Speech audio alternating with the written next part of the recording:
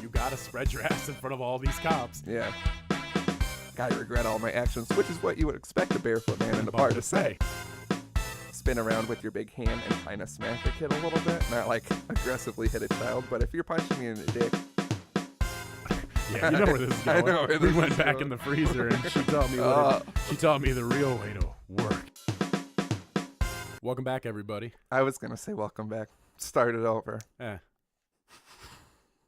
Welcome back, everybody. Hey, how's it going? Hi. It's the Dapper Dads. Oh, hi. This is Drama. And it's Fast Finger Slim. And we're here to fuck your mind. I am the new champion of boiling hot Gatorade.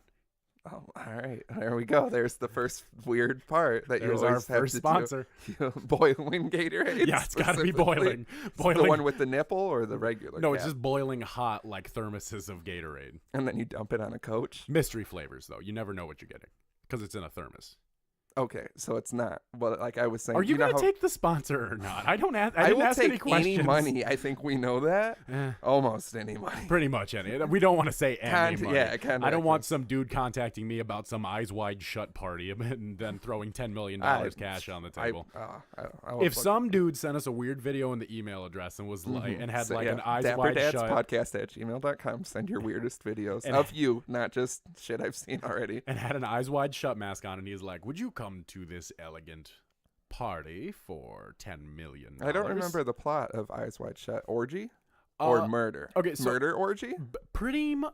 I think Was there some murking? You can't do this to me. What kind of murking? We have to be specific. It turns out the good kind. Well, we. Okay. Look me in my eyes. Watch the video. If you look someone in the eyes, it's not technically no, I a needed murking. you to look at my reference. It was visual, not audio. You know, the shit that works great for a podcast. All visual. Sorry. Anyway, Eyes Wide Shut, murder. It's about orgy. okay. It's got Tom it. Cruise and Nicole Kidman, and they're both like. It's basically like Antichrist. I don't but need tamer. the whole thing. Yeah, it's Antichrist but tamer. So she hurts his dick and cuts off her. It's basically just a lot of crazy window. sex because people realize their life has like changed. I remember dramatically fast forwarding through it as a kid to find some boobs. Yeah. And it's about all it's worth, honly. Yeah, I mean, it's on Netflix. And also, it seems long. Very long, and not worth it. I had to really struggle that one out. I remember as a kid being like, that movie title doesn't make sense. Eyes Wide Shut. I remember I like it as an adult, but as a kid I wasn't having any of it, to be honest. Holy cow. Is that the boiling Gatorade? Yeah. Is it coming out hot? It's coming out very hot. Comes out both ends. It's like cigar mouth. It's always very, very hot. Ugh. So yeah, hey guys, welcome back.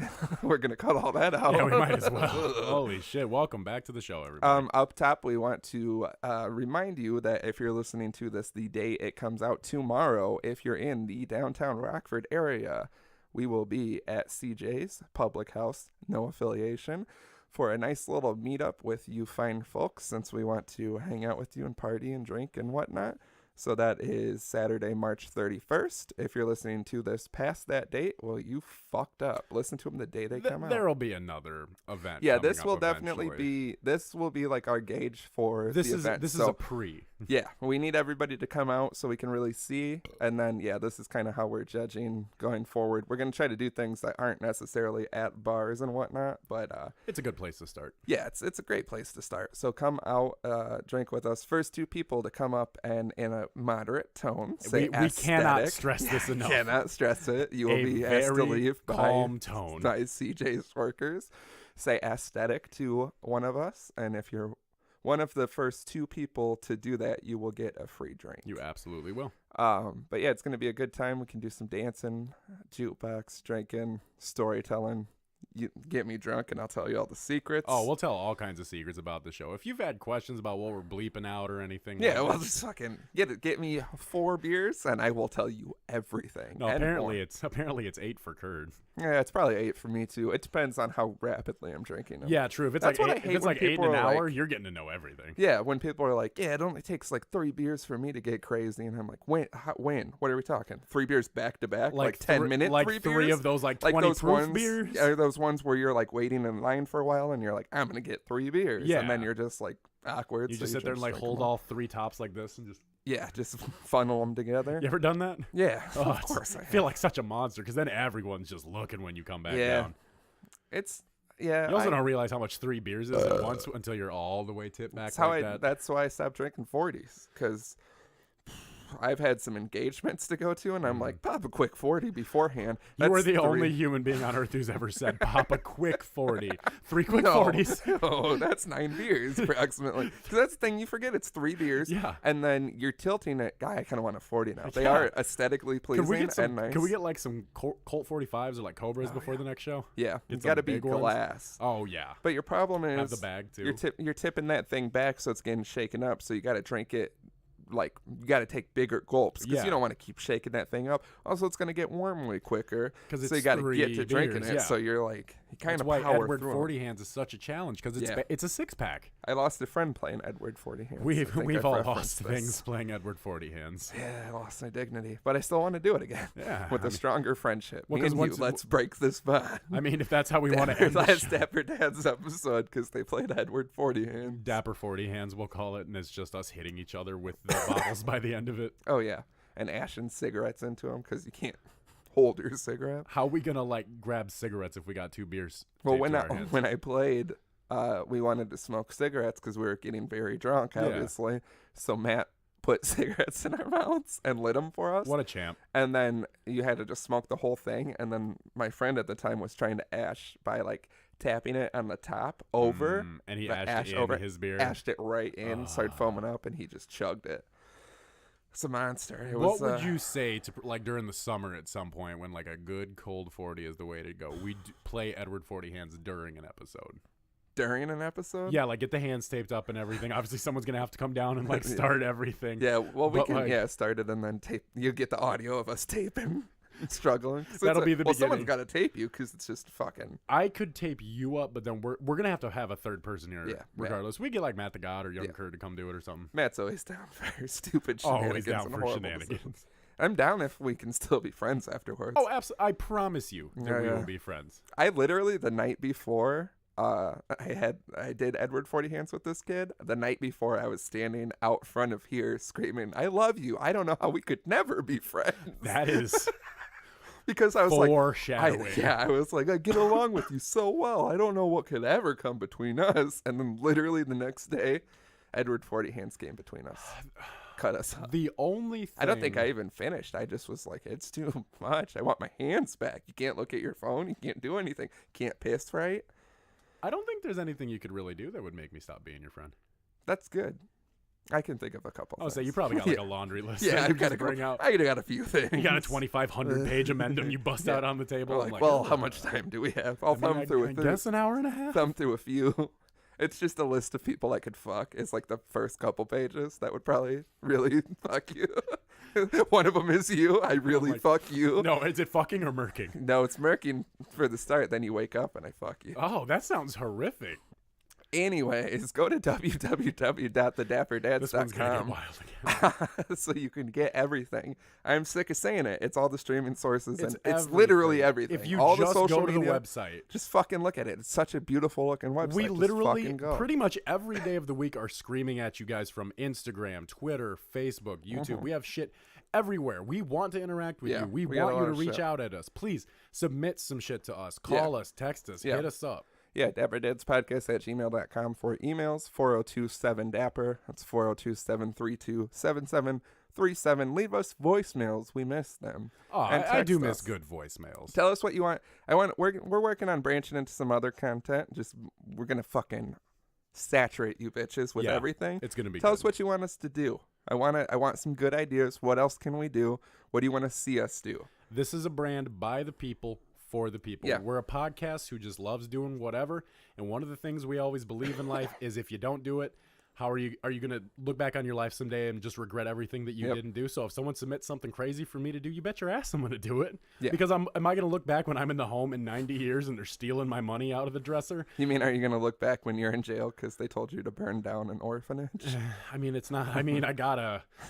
Let's draw some statute of limitations line here. I was going to say, I'm not going to do everything. I'm not burning down a church on behalf of your black metal band or nothing. I'd be down. What if a black metal band contacted us and it's like burn down a church, but it's like a weird metal commercial and it's like and the guy's like, we would love you to come and burn down the churches with us. Would you accept an invitation to go burn down a church with a black metal band?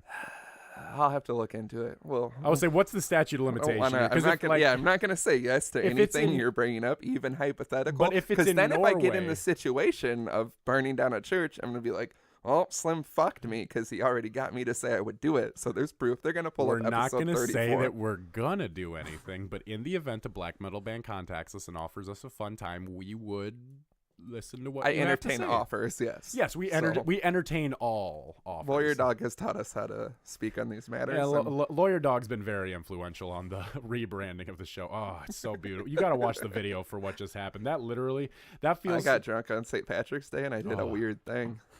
And you gotta watch the video. You're only gonna find out in the video. Yeah, it's the last cigarette too, so it's fucking done. Well, now people know exactly what it is. Well, they don't know exactly what it is. I guarantee you, no one's like, "Oh, it must be that thing." Yeah, because I've never seen this before. It's incredible.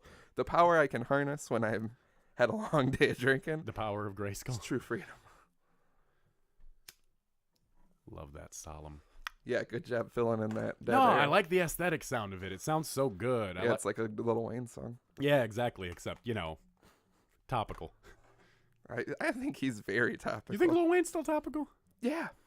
Not as topical as when he would make mixtapes and reference things that had happened the weekend before. Yeah. I remember listening to No Ceilings and him talking about like current affairs and like a very that's where I learned my news was from Lil Wayne's references.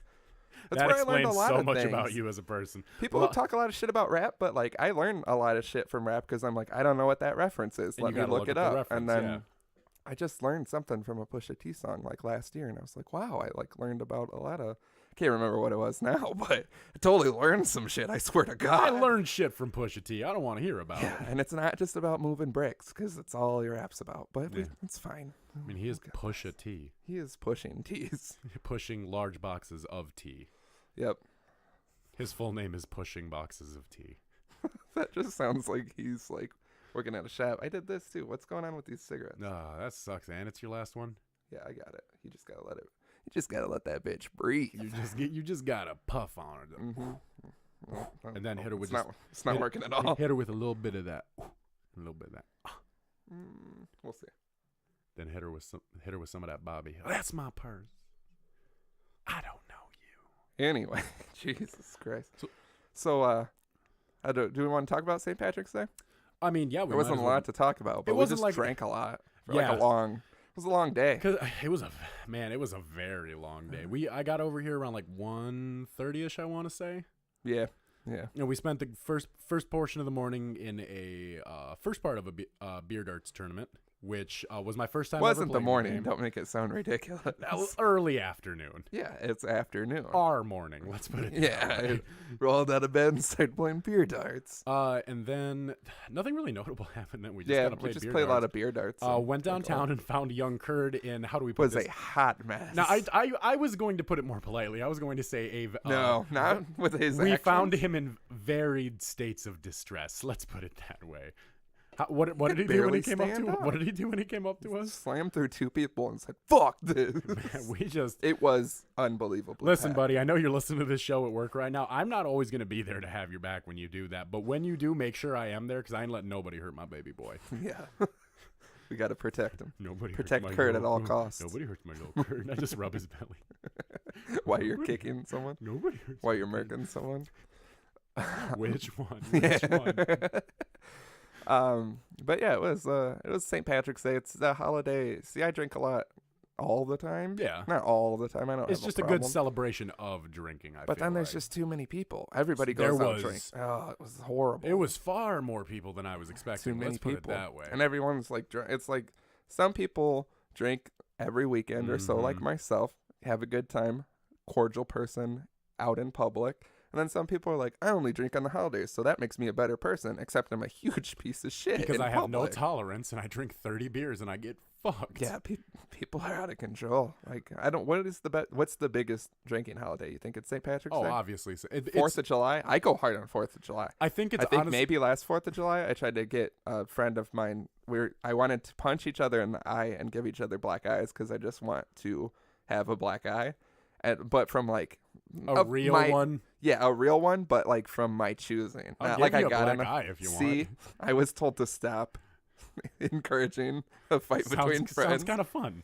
Yeah, if you just pop each other in the eye, you get a nice shiner. I'd let you pop. Walking around tough. You're looking tough. If you want to see the dads give each other a black eye, let us know. Of course people want to see that. Well, yeah, we got to give the people what they want. Yes. Sorry, everybody. Oh, this is how the horror movie starts, and eventually we just start doing snuff shit. They're like, kill a drifter. And we're like, no, we can't do this. Yeah, it's the plot for like a lot of Netflix horror movies. Yeah, we have our own Netflix horror movie. Yeah, Hollywood, get in touch with us. Also, so many ideas. For the next hypothetical meetup that we're gonna do, it will not be the day before a holiday. Poor planning on our part. Very poor planning, and if you're worried about going to Easter the next day hungover, just pop out for a quick one.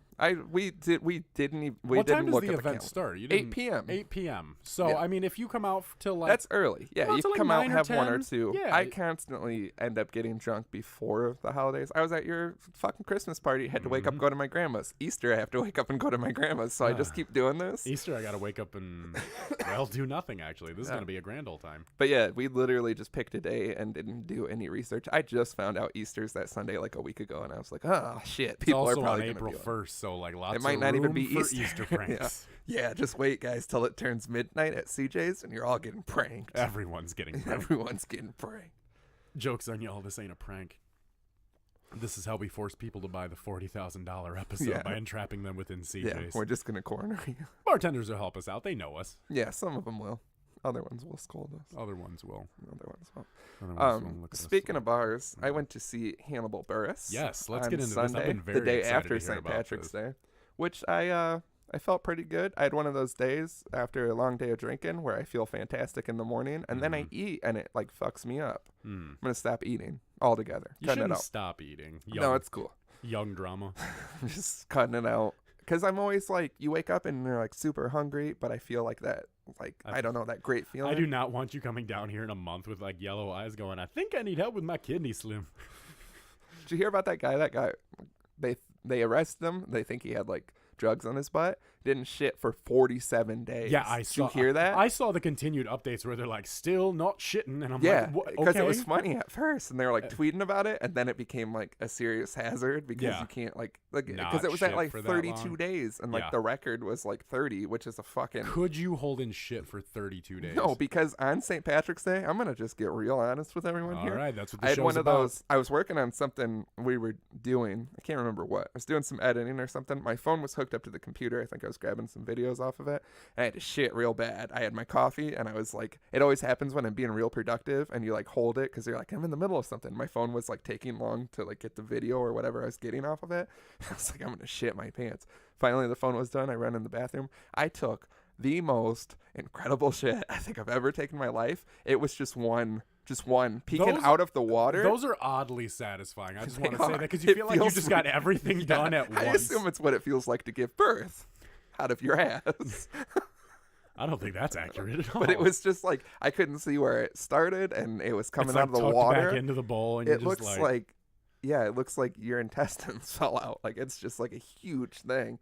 And I was like, well, I guess it was nice to wait and see that result. Did you ever find out what happened when the dude finally shit, or no? I never saw the follow through for it. No, they had to take him to the hospital, and then I think he still hadn't shit. Like but then like that is some willpower. Let me tell you, that is like that's what I'm saying. Like the shit I had to take on Saturday, I could not have kept in. No. Like no matter what. If someone was like $1 million, if you hold it for an hour, I would have been like, that would have been nice, but it's not gonna happen today. Like I mean, imagine like that dude has to be like 47 days. That's a month and a half. That's got to be like some Tibetan monk shit where you were just like refocusing your like metabolism and energy. I was like reading the thing and they were like, even if there's drugs in his butt at 47 days, do you think the drugs are even there? No, because they were saying maybe it was like opioids because those like will constipate you. That's like a big thing with taking them, so that it constipates you. So maybe they did like somehow release in his ass over time, and it helped he was him able to do it. Yeah, But I mean, like, he was still eating and drinking like normal, like no problem. Like, I don't even know how you could do that.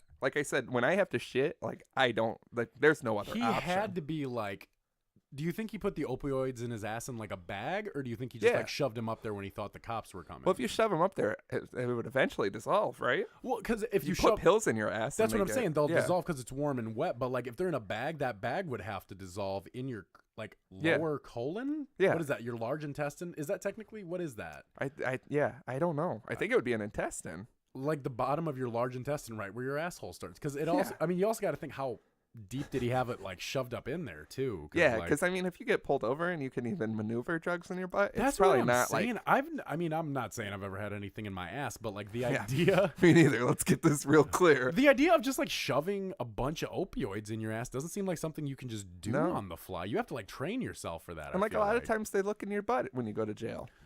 So not like in your butt, but they look. Okay, I actually have a really good story to tell about this that's really disgusting. Perfect. Oh, God. Okay, so... Turn it off now, folks. Episode 34. No, this story has been known to make people queasy, so I'm just... I mean, we've said some things. Yeah. Okay, skip ahead. I knew this... Skip ahead so you skip right to the part where you say it. I feel like that's... thing. Every time you skip it. Yeah, it's just me vomiting. Watch the video. Okay, so I used to be friends with this really, really old cop. He was this old school Italian cop. You're friends with the feds. Yeah. Finally comes out. Friends with 12, Slim's the informant. No, he was just like this cool old dude from this town I used to hang out in all the time. I'm not trying to give anything away too much here. But he whole government name. Well, we're back. He had told me the story one time. I was just hanging out over at his place having lunch, and he was telling me how his daughter, when she was very young, he's bigger than me. He's like a big, tough looking guy, but he has the weakest stomach for like shit and puke. Like he can sit there and like. His arm. That's the problem with cops. I always say weak stomachs. See, his arm looks like a Duraflame log, but like he's got the stomach of like a tepid small man when it comes to that stuff. And he told me the story about how he was on the force one time and they had all these dudes come in from a different jail because they were being held there because the jail was overcrowded. Yeah. And when they do that, they have to check them all for contraband and stuff like that because you're coming from a different prison. Yeah. They don't want you bringing anything in. Yeah. So the way they do this effectively, instead of just going through man by man at a time, is they strip you naked. Mm-hmm. This is very true. In case you don't know this and you're thinking jail sounds fun. Yeah, I know if you some go people to jail, I've done this, so you know where this is going. Yeah. I went. I'll get into a story. I've been to jail. I think I've said it before. I'll say it again. I did not get strip searched, but they did make me they make you open your mouth real crazy and like look everywhere. And I had a fresh pair of low top Air Force Ones. I'm gonna date myself here, and I think I literally just got them, got arrested in them.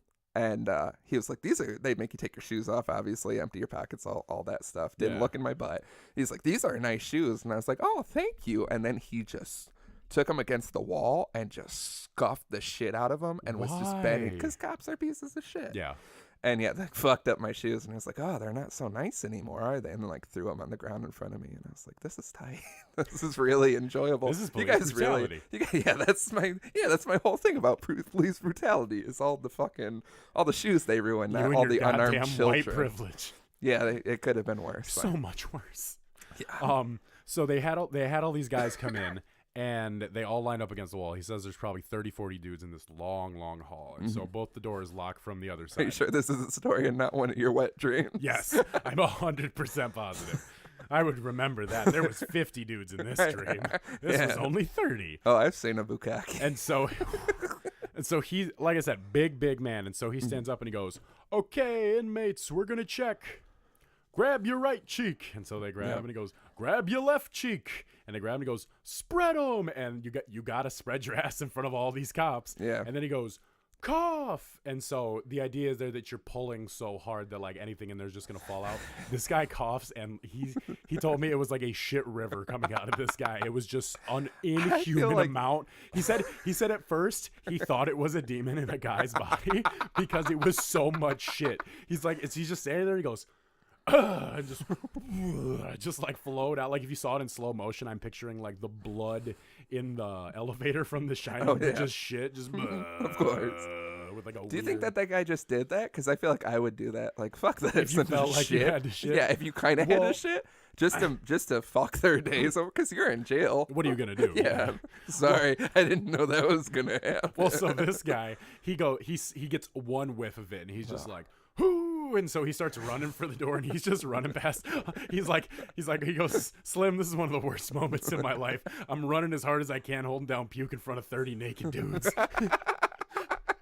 And he gets to the door, and there's no guard there, and he's like, and so he runs down to the other one. He gets right to the door and just pukes all over the front of the door. Oh God, yeah, that would be unpleasant.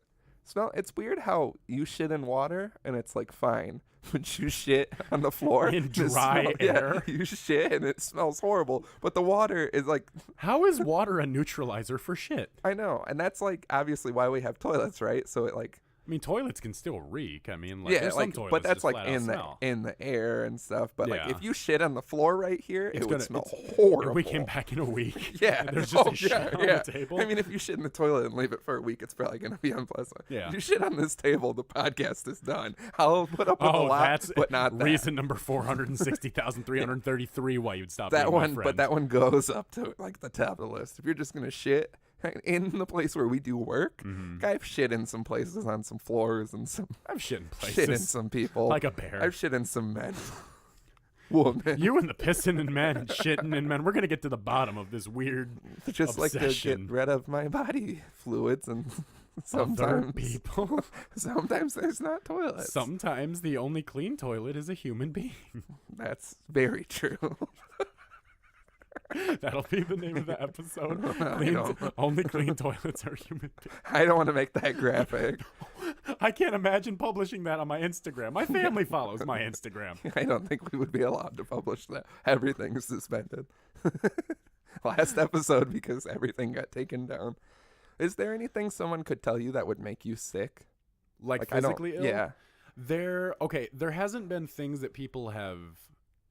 There's been a couple of times where we've said things and you've like just off chance said like some of the disgusting. Catch you by surprise. They'll catch me by surprise and I'll get like that little sensation right here in like my esophagus where it's like because I get that visual for it, you know. And you know how sometimes when someone describes something really gross to you, you can almost smell it in a way like because I can't smell anything. So. Well, scent is your strongest memory association sense, and so to me, it's like if I've been through something disgusting that you describe, I can still see it in my smell head. It and see it. Yeah. One time I gagged when I was the only time I've ever gagged at something so gross was when I was reading the book American Psycho. Because I've always been into counterculture books. Chuck Palahniuk's one of my favorite authors. Bret Easton Ellis is a horrible homophobe who's a really self-hating gay person at the end of the day, but he writes some fantastic alternative literature. And if you've seen the movie American Psycho, that's one of my favorite. I'm sure I mentioned it in the horror movie episode. That's one of my favorite horror movies of all time. Yeah. You like when he kills that dog in the alley? I hate that so much. I forget. My thing is I'll like try to watch a movie with a girl, and for some reason I'm like, something like American Psycho or both of the Human Centipedes when there was only two. Yeah. I never watched the third one. Imagine watching Got 3 real dark, on real a first early. date with someone. And like props to all the women that I've showed things to. They're pretty good, but I'll always forget when there's like an animal thing, and I'm like, ugh. And then it's it's coming. Like, is he gonna kill that dog? And you're like, I don't remember. I think so. And then he kills the dog, and you're like, I'm sorry. Yeah. I didn't know it was gonna be like this. I just wanted you to see all the gratuitous violence and gore. There's a part in the American Psycho book. The book takes place over a much longer time than the movie does, and it goes a lot more into intimate detail because it's written like his personal journal. And there's a scene where he takes his girlfriend to like this beach house for vacation, and they get a puppy, and he ends up on the vacation forcing the puppy to eat a jellyfish and then microwaving it to death. And then the chapter, I'm gonna bleep that out. And yeah, you pretty much have to. And so I read that, and I was just like, because he talked about it like its eyes bubbling in the microwave. All and right, stuff. we don't need to get this. You asked me what made me queasy. I was just asking if anything does. Well, I gotta explain it. And then in the next chapter, he talks about going back to Paul Allen's apartment and doing all the things he does in there. Yeah. And he talks about making sausage out of one of the girls, and he talks about how he went to wash out an intestine casing to make the sausage with, and it was full of putrid shit, and when he punctured the intestine, it leaked out like a green ooze that he had to squeeze out like a toothpaste tube. Really regret asking you. You should have. And as he's like talking about, he's talking about how he's like throwing up as he's making the sausage because the smell of the intestine and what was in it is just so overpowering that it's like making him pass out, and he's waking up and like eating it raw and stuff. And like, it's this is. There goes this episode. I was so quickly. So as I'm sitting there reading it, I literally I remember being in my house at the time, sitting there reading it, and I started like rocking back and forth a little bit, puking everywhere. No, I shut it and I was like, like that big breath you gotta take when you're starting, because like everybody pukes different. I feel like everyone's a snowflake. Everyone's got their own. Yeah, everybody pukes. Everybody eats. Everybody pukes. And so I notice when I go to vomit, I do this thing where I start to feel it here, and it's like. And I start to bend over more, but if I sit up straight and I'm like fight it down, just oxygen and fighting it down, I can usually keep it down. But I specifically remember reading that part of the book and having to close it, put it back on the shelf for a little bit, and just breathe for a couple of minutes, because I was like, that is insanely graphic. Yeah, it makes you wonder what he did to research the book. Yeah, that's what I've always thought with like when I watch fucked up movies. I'm like, I feel like it's good these people have this outlet, but it's like. But like somebody had to think about that too, Because even like I've heard like directors and stuff talk about like researching like what a head looks like when it gets shot or something, just so we can make it more like realistic in the movie. I feel like even that, I don't want to look at that. That sounds horrible. Like, yeah, I mean, I get the gist of how a head would look in a movie. Yeah, I mean, I'm not going to sit there and say I haven't perused my share of gore videos on the internet in my time, but it's like it doesn't make me. I don't like. I'm not a fan of those. I do it because of. I like all the fake things because I can be like, that's not real. Fake. See, but all the real things make me. I feel like upset. I have to force myself to see the real shit because I feel like I do because I feel like I have to desensitize I have to desensitize myself so that if something truly shocking does happen to me or someone that I love someday, fine. No, I won't be so fine. You can just look at it and smile. But I can know that I can at least be like, oh God, that way it's not like the most fucked up thing that's ever happened to me. I can be like, well, I saw the Mexican cartel gut 2 dudes and behead them with a chainsaw yesterday.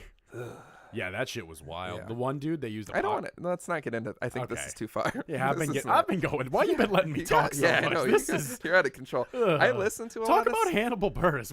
I wanted to say I listen to a lot of stories. I feel like I don't get like sick feeling anymore. I just feel very sad and upset. Yeah. Listen to like some podcasts that are people like telling stories. There's one I listen to where it can either be like a funny story or like a very, very dark story. I'll tell you the one I listened to recently. Or I'll listen to like the true crime shit, like serial killer stuff. And some of them in like graphic detail, you're just like, well, that's real dark. There was I don't think you get to talk anymore. Actually, can we not talk about? Can we stop talking about serial killers? I saw Hannibal Buress. Episode's gonna turn I know we can easily slip down a sexy little slope there. I saw Hannibal Buress Sunday. It wasn't dark. It was funny. Hannibal Buress. Check out the Dapper Dads. But so it was out in St. Charles. It's funny. What happened was when we came back from Madison and I was dying, I happened to be perusing Instagram and he had posted, I follow him on Instagram, and it was just like tour dates coming up and like somewhere in Tennessee, blah, blah, blah, all these different places. And it just said St. Charles. And I was like, Illinois? And I looked and it sure was. And the tickets were reasonable. I got really good seats, which we'll get into. There's a reason why it was so reasonable. Okay.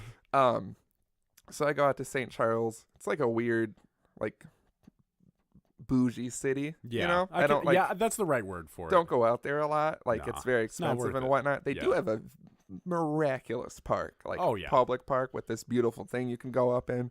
The first time I went to St. Charles, it was me and my buddy, and we used to just drive out to the suburbs. This was only a couple years ago. I was very Rockford for like a long time. I've just started branching out. Very Rockford. And we went there on St. Patrick's Day, probably like 2 or 3 years ago. And everyone was fucking crazy there. At like 1:30, I seen a woman passed out in the front of a door of a shop.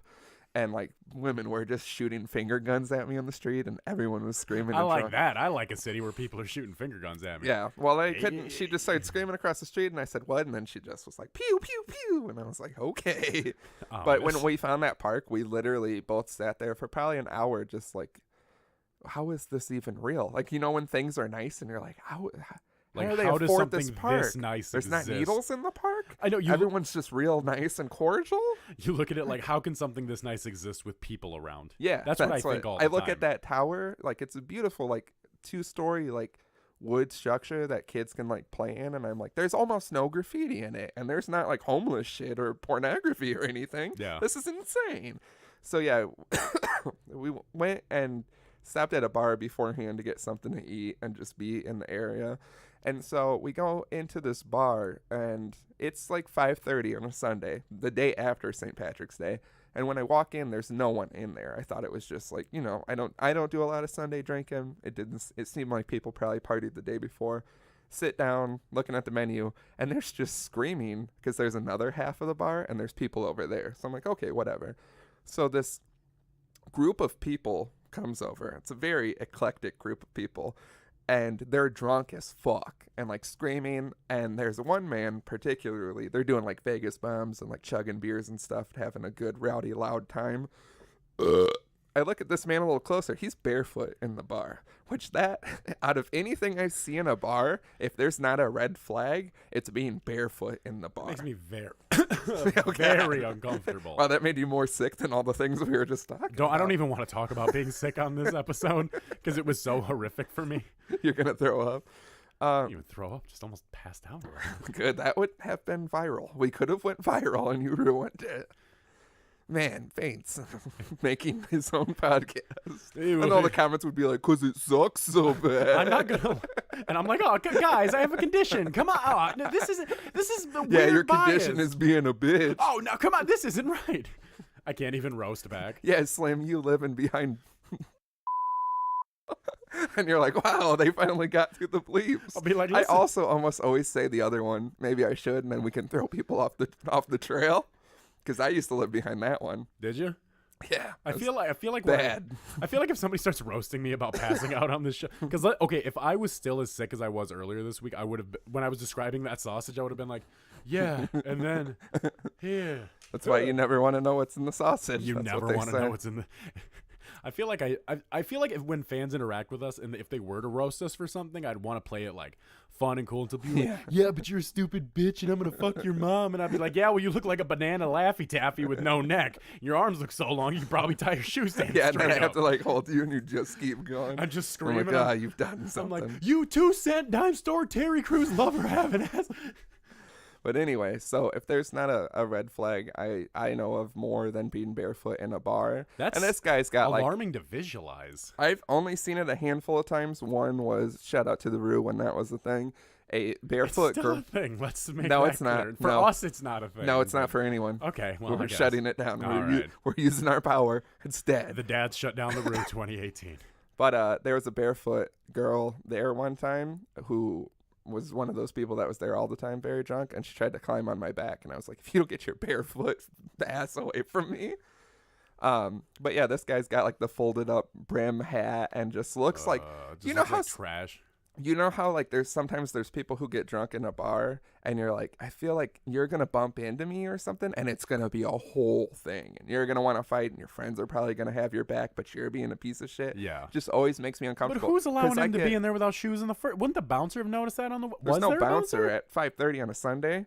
There was That's where you need bouncers the most. 3 people behind the bar who just stood there with their arms folded looking at him. I don't know if they could see, because at first I seen his foot and I thought flip-flop. Then he put his bare foot up on that thing you rest your foot on in front of the bar, and I seen the curvature of the foot and everything. The and toes gripping the edge of the thing. That's a bare foot. So then... Listen, buddy, I've seen a couple of bare feet in my time. I know what I'm looking at. This guy's like humping a bar stool, just being real piece of work. Dude gripping to the bar with his monkey toes, grabbing the edge and just humping a bar stool with his folded up hat, and the bartenders are just like, oh, why can't we kick this guy out? There's no bouncer at 5:30 Yeah, I don't think Sunday. any of... Well, 2 of the bartenders were women, and one was a scrawny man, so I think they were like, we're just going to play it out. He's going to leave eventually. Weak. But yeah, just one of those guys. And then the woman he was with, maybe his girlfriend, wife, side piece, I don't know. She comes back into the mix and she is like, I thought you were in the bathroom. I'm pretty sure what I could gather from their drunken screaming was that they had called an Uber to leave. He said he was going to the bathroom just to sneak back to the bar and do a bunch more shots. And the Uber waited so long that it left. And then he takes a phone call and walks right past me. As he's walking past me, he goes, "Yeah, I'm sorry. I'm drunk and I regret all my actions," or something along those lines. Was he our spirit animal turned into flesh? I tweeted it exactly what he said. Go look at my Twitter. And I said, like, the barefoot man in the bar right now. Because, yeah, he's just like, I regret all my actions, which is what you would expect a barefoot man in the bar to say. And then what if it was you from the future? Oh, if I look like that in the future, then kill me now. Okay. Also, don't ever want to be barefoot in a bar. That's like, I'll do a lot of things. I don't like being barefoot in a lot of places necessarily. You shouldn't. I mean, I'll do flip-flops and shit, but I ain't feeling I'll do some slides. I don't do flip-flops. I don't like the thing in between my toes. The thong. Yeah, because it's a horrible name for it, too. It's very uncomfortable. My thong is burning. Yeah, you don't want to. That's you in the future. That's me. That's like you right now. Month from now. Yeah, we're just waiting for that warm weather. Oh, as soon as that warm weather hits, it's going to be nothing but flip-flops and Birkenstocks. You got to get those toes out of here. But hey, buddy, you can't be walking around Soundset with your toes like that. You can't be at Soundset in flip-flops. Oh my god, horrible idea. Oh my god. But yeah, then this guy's like on the phone, and what it sounded like was someone was coming to his house to hang out with him, and he got so drunk that he missed the Uber and couldn't get back to his house, so he was canceling the plans. Which, could you imagine if I was like, hey, why couldn't he hit up another Uber? I don't think he was in any condition. He did leave shortly after this, so hopefully it worked out. I also thought it would be funny if that was like his son, and he's like, sorry, buddy, I can't make it back home. I got too drunk at 5:30 on a Sunday. I'll see you next week, champ. Just calls his son, I want to fight everybody right now. That too. But yeah, it was just I just sometimes I see, because people give me shit sometimes for drinking. They're like, you drink a lot, you're probably a piece of garbage. I'm very nice and talkative. I'm probably better drunk. I'm not barefoot or ready to fight. You're not better drunk, but you are more, how do I put this? You're more open when you're drunk. Yeah, of course. But in like a very good way. Like I remember when we saw Brockhampton, I was going through some stuff, and you were like, man, how's it going? Really? Talk to me. What's going on? You know, I was like, several people have told me at different points I ask them how they're doing when they really need it when I'm drunk. So yeah, you're all welcome. It's like your spider sense kicks in once you've had enough vodka lemonades. That'll do it. But yeah, so he just fucking got too drunk and canceled plans. Like, yeah, imagine if I was like, hey, Sunday, 5:30, come over, we can watch some Simpsons or something. And then you're like on your way to my house, and I'm like, sorry, I got too drunk and I can't get home. I'd be like, can I come pick you up? Yeah, but it seemed there's so many outcomes around this. And even if I was like he was the type of person where people had picked him up enough times, and they were like, you know what? Just fuck you. He just accepted his fate enough, like he's relied on people too many times and been a piece of shit and just knows, well, I got to do it myself now. So if you're the guy, I don't know what I would do. If you're the guy that was there and you're listening somehow, maybe just get it together. If you were supposed to like be here for the show, let's say, and like I'm just down here, I'm waiting. Yeah. And you call me and you're like, it's like a shitty dad. Yeah, you're like, hey, I got too drunk and I can't come home. I'd be like, well, where are you at? Can I come get you? You'd be like, no, I can't have you do that again. Yeah. No, Dad, it's fine. Really, I'm happy just to make sure you're safe. Okay? It's only the one time I got really drunk before the show, and I still made it here. You still made it. You did great. Because I always win. We both always win. But freedom on this podcast. So then made it over to, it's the Arcadia Theater. I don't know how you say it, but it's like a theater that's been around forever, as you can tell once you get in there. So first off, I had the tickets on my phone. You get in there, they like scan you, pat you down. You know, everyone's bringing the burners to Hannibal Buress. Hannibal Buress. Hannibal Buress. The first thing I had to do was go to the bathroom, and this was one of those bathrooms, like it clearly was from whenever the place was built, where the urinals are so close together that you're touching the person next to you. Because I like walked up. I don't even know how people would get. Is this why the tickets were so cheap? No, this is probably one of the reasons. But there was a sink and then the two urinals, and while I was pissing, the guy stood there the whole time. And at first I thought maybe he had a shy bladder, but I think he literally couldn't get out with the person standing next to him. That's how tiny this bathroom was. And imagine, and literally, what would I look like in that bathroom? You would look at it and leave. Just piss in the sink? Yeah. Piss on the floor? There was not even room to piss in the sink or the floor. Yeah, it was. People were not that small when that theater was built. It was probably one of the tiniest bathrooms I've ever been in. Like, and it's one of those ones, like I said, where the urinal's so close that you go up and you know you're gonna have to like gently touch, no matter what you do. Just even get your dick out, you gotta like. So it was interesting. Then also they don't like have the technology to scan the tickets. So here's a fun fact, people: if you want to go to a show and you know someone who's going, just have them send you the tickets as well, and hope there's some empty seats. Because she just looked at the tickets, and it's like an old theater, so the seats are like built in. Yeah. So I thought. And then she's like, row F, which I was excited because that sounds close, which it ended up being close.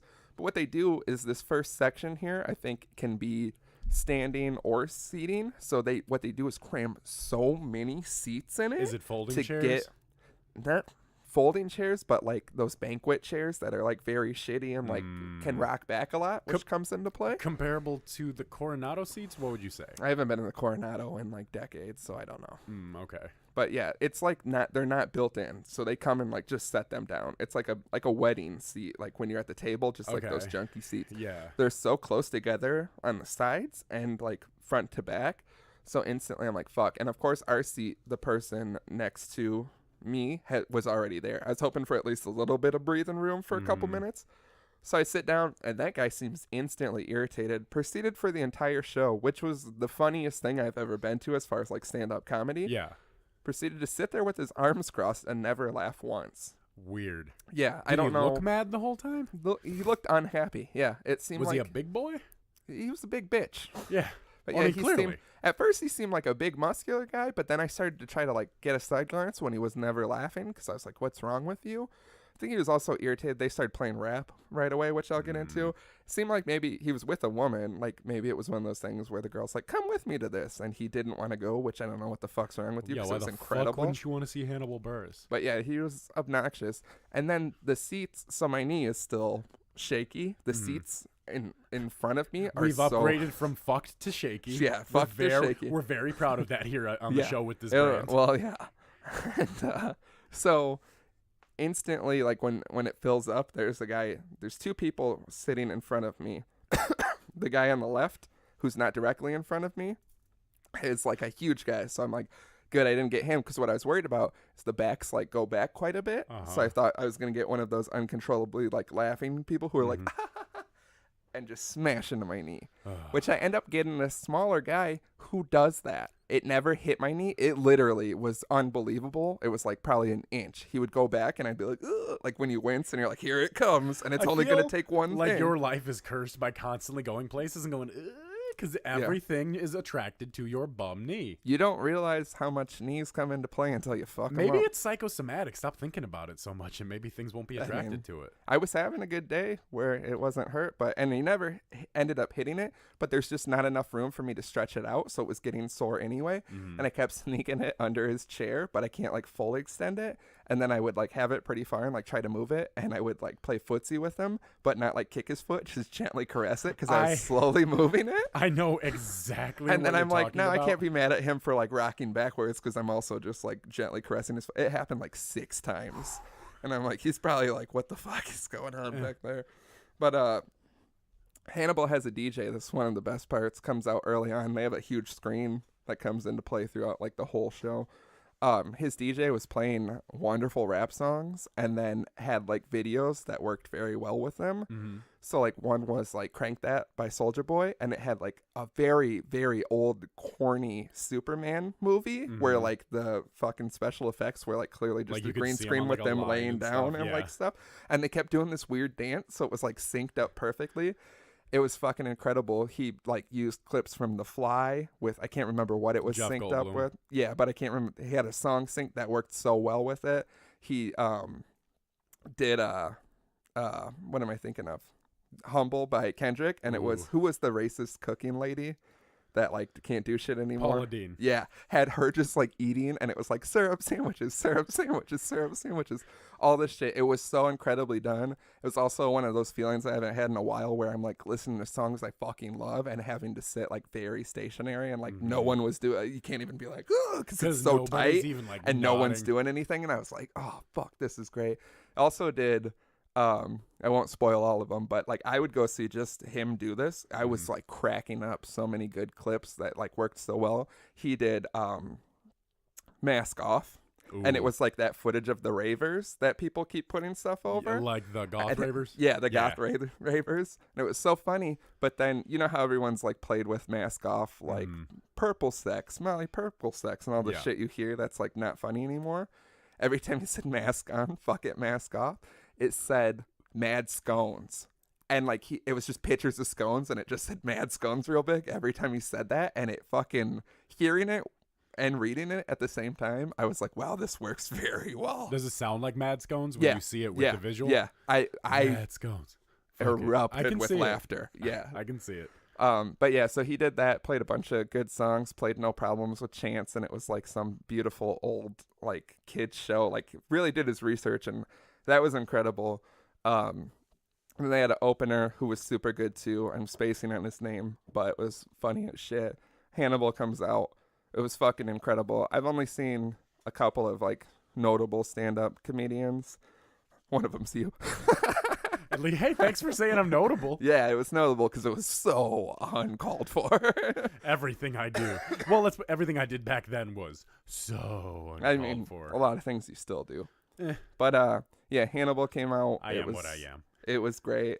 One of the big things was the night before he had performed at what is it? Loyola? I can never say it. Is that the Loyola? Don't kick me, please. I was just going to play a little You want to play footsie? Yeah. You got to be real smooth. Yeah, like that. Like just a little bit. Not like a kick, more like you're being too aggressive. Imagine that. I'll just set my foot down and you show me what you were doing. That would make me so uncomfortable if that happened 6 times through what I only assume was like an hour and 20 minutes worth of stand-up. Yeah, it was pretty long. And my knee was in severe pain by the end, but I was like, it's funny enough to make up for it. Fuck it. But yeah, so he performed at the college, and he has this screen, so he puts up a bunch of different stuff throughout it. And he put up what they had sent him, like the stipulations of performing after he had already agreed and gotten paid. That's when they sent him the stuff.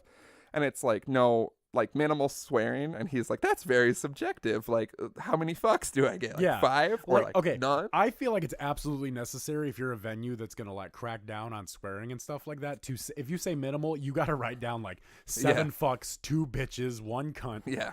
No goddams. I was gonna say no cunts, probably. What about goddamn? No, probably it's a Catholic school. Oh, so absolutely not goddamn. No, probably that's well, in Catholicism, if you think it, you said it though. So yeah, so fuck it. But yeah, it had like you couldn't talk about like rape, gender, race, any of those like big hot button issues. Everything all everyone the cool is talking shit. about. Yeah, everything if you're a comedian, like that's what he said. He was like, so basically all my material.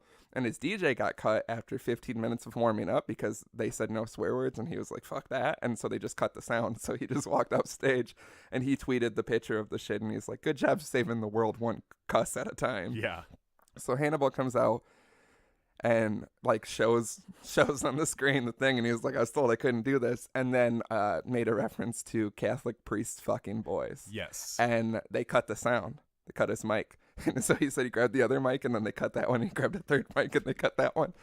So then everybody's like booing, because not him, but they're just pissed because these kids. And they paid to come out and see Hannibal. Yeah. And so someone's like, if we all be quiet, he can just, like, he can project. And he was like, yeah. So everyone gets quiet, and he starts going back into it. They start playing loud music over him. And so he stood there for a couple minutes, and he's like, I already got paid. So he said he left, and he got in his car, and he started driving. He said he was going to play whirly ball, which I don't know if anyone else has ever played whirly ball besides me.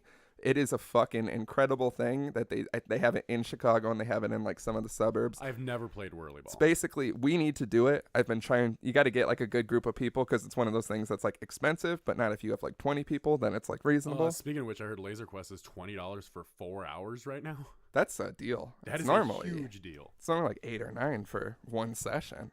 Yeah, we got to do some Laser Quest. Hit us up if you want to come play Laser Quest with the dads. Hit us seriously up. A Dapper Dad's lock-in Laser Quest. Oh, God. Bring your own booze, but don't tell them. It's just me in that corner up there, like chugging a fifth. Hey, no. You can shoot me this round. Marshall, which is what you yell if you need help. Which I always want to yell, but then I don't want to fuck the game up. Marshall. You got to yell it 3 times, and then a preteen will come and assist you. That's the other thing I always think is like if I'm have some preteen come try to take my flask away. If I'm yelling Marshall 3 times because I need help, this 16-year-old girl with braces is not going to be able to help me. I don't know what I've done, but she's going to need backup. You think they're going to stop all 6'7" and me if I want to have my flask and a laser quest? If they come to get me because I'm drinking, I'm shooting the laser in their eyes, and then I'm darting. Tell them they better kill me for the cops show up. I know the layout of that bitch. She won't take me alive. I know all the good hiding places. Anyway, so yeah, whirly ball, what it is essentially you're in like a kind of like go-kart bumper car type scenario. It's in like a basketball court, and instead of basketball hoops, you have like the backboard, and it has a hole in the middle, and it's kind of like cricket. You get like a wiffle ball, and the goal is to drive around and throw it into the small hole, and you score a point. Yeah. So you have a team like 5 people, and you can pass it to each other and whatnot. And the cars don't drive like a steering wheel; they drive like with 2 sticks. So it's hard to like explain. Like you gotta like it's crazy, but it's so fucking fun. It's like a very ridiculous game, very low scoring. Like all the games I've been in, like 3 points wins because it's super fucking hard to do. Yeah. And people like put their cricket things up, and yeah, we got to do it. Look it up. Like I said, it's kind of expensive. It sounds like tons of fun. Every time I've done it, it's been incredible. I feel like every time I've done it, we've also just been like, yeah, let's get more time. Because once you play, you got to like book it. Because there's only like 2 like courts for it. It's a whole thing. And I think it's like $200 or something. But if you get like 20 people and it's $10. I don't know, but it's a good time. We got to do it. So he said he was going to play whirly ball. He was like driving, and then he got a phone call, and they were like, yeah, come back. Like the kids won't leave. Like they're like going to riot. So like just come back and like whatever. So he came back and he was like, I said whatever the fuck I wanted, and I got my money, and they got their show, and we had a good time. I don't know what the big deal was. Good. But yeah, like that. The other thing I wanted to hear him talk about was when he got arrested in Miami for being drunk in public. And he talked about it. He talked about it and showed the body cam footage that was just released from the police officer. He set it up so well because he's like, yeah, I've stopped drinking, blah, blah, blah. I felt like it was going down that road. And he's like, because recently I got into some things. And it just plays the video, and it's him looking in the body cam, and he goes, hey, it's me, Hannibal Buress. And then it cuts it, and he's like, see, without context, I look like a crazy person there. And he tells the whole story, and the cop like eventually turned the camera on it, and then he just started talking to it like a YouTube series. So he's like, hey, it's me, Hannibal Buress, on my YouTube channel, blah, blah, blah. And he like tells the whole story, and then he shows his mugshot, which I've always thought was great because he's like kind of smiling, and the collar on his shirt is like so stretched out. And he is like, I asked for 2 things, chapstick because my lips are very crusty, which they would not give me Carmex or anything. It cost 99 cents a tube. I don't think the cops are going to give inmates their chapstick. Yeah. And he also wanted them to like crop the collar out because he's like, this looks like I'm wearing a Kanye blouse because it was like super stretched on. And he's like, I don't wear shirts like that. I wear normal shirts, just T-shirts. How awful did you feel seeing that stretched neck? It was great because if you get a stretched neck from like a crazy night, I can respect that. You went through some shit. Some cops stretched your neck out. That's acceptable. If you do it yourself because you're a sober maniac, then we can't be friends. So remember that. But yeah, he had like the screen was great. He played a bunch of rap songs and like picked things out of them, and it was fucking hilarious. He also showed on Reddit there was like a thread of like, ever had a celebrity hookup? And he said he got notified that someone was talking about him on it, so he looked and he like showed pieces of the review to like hold the suspense. And it was like, yeah, I hooked up with Hannibal Buress. He was kind of an asshole. Nice dick though. And he's like, I didn't write this shit because guys don't walk around like, I got a nice dick. He's like, it's usually like big or huge, thick. He's like, not like, hey girl, you wanna come back to my place? I got a real nice dick. And then he showed the last part, and it's like the funniest part was that he was upset that he slept in too late to get the continental breakfast. I'd be pissed about that too. He's like, I haven't been rich for that long. It's important to me. But yeah, overall, like I said, funny as shit. I've seen other people, but like he's one of my favorites.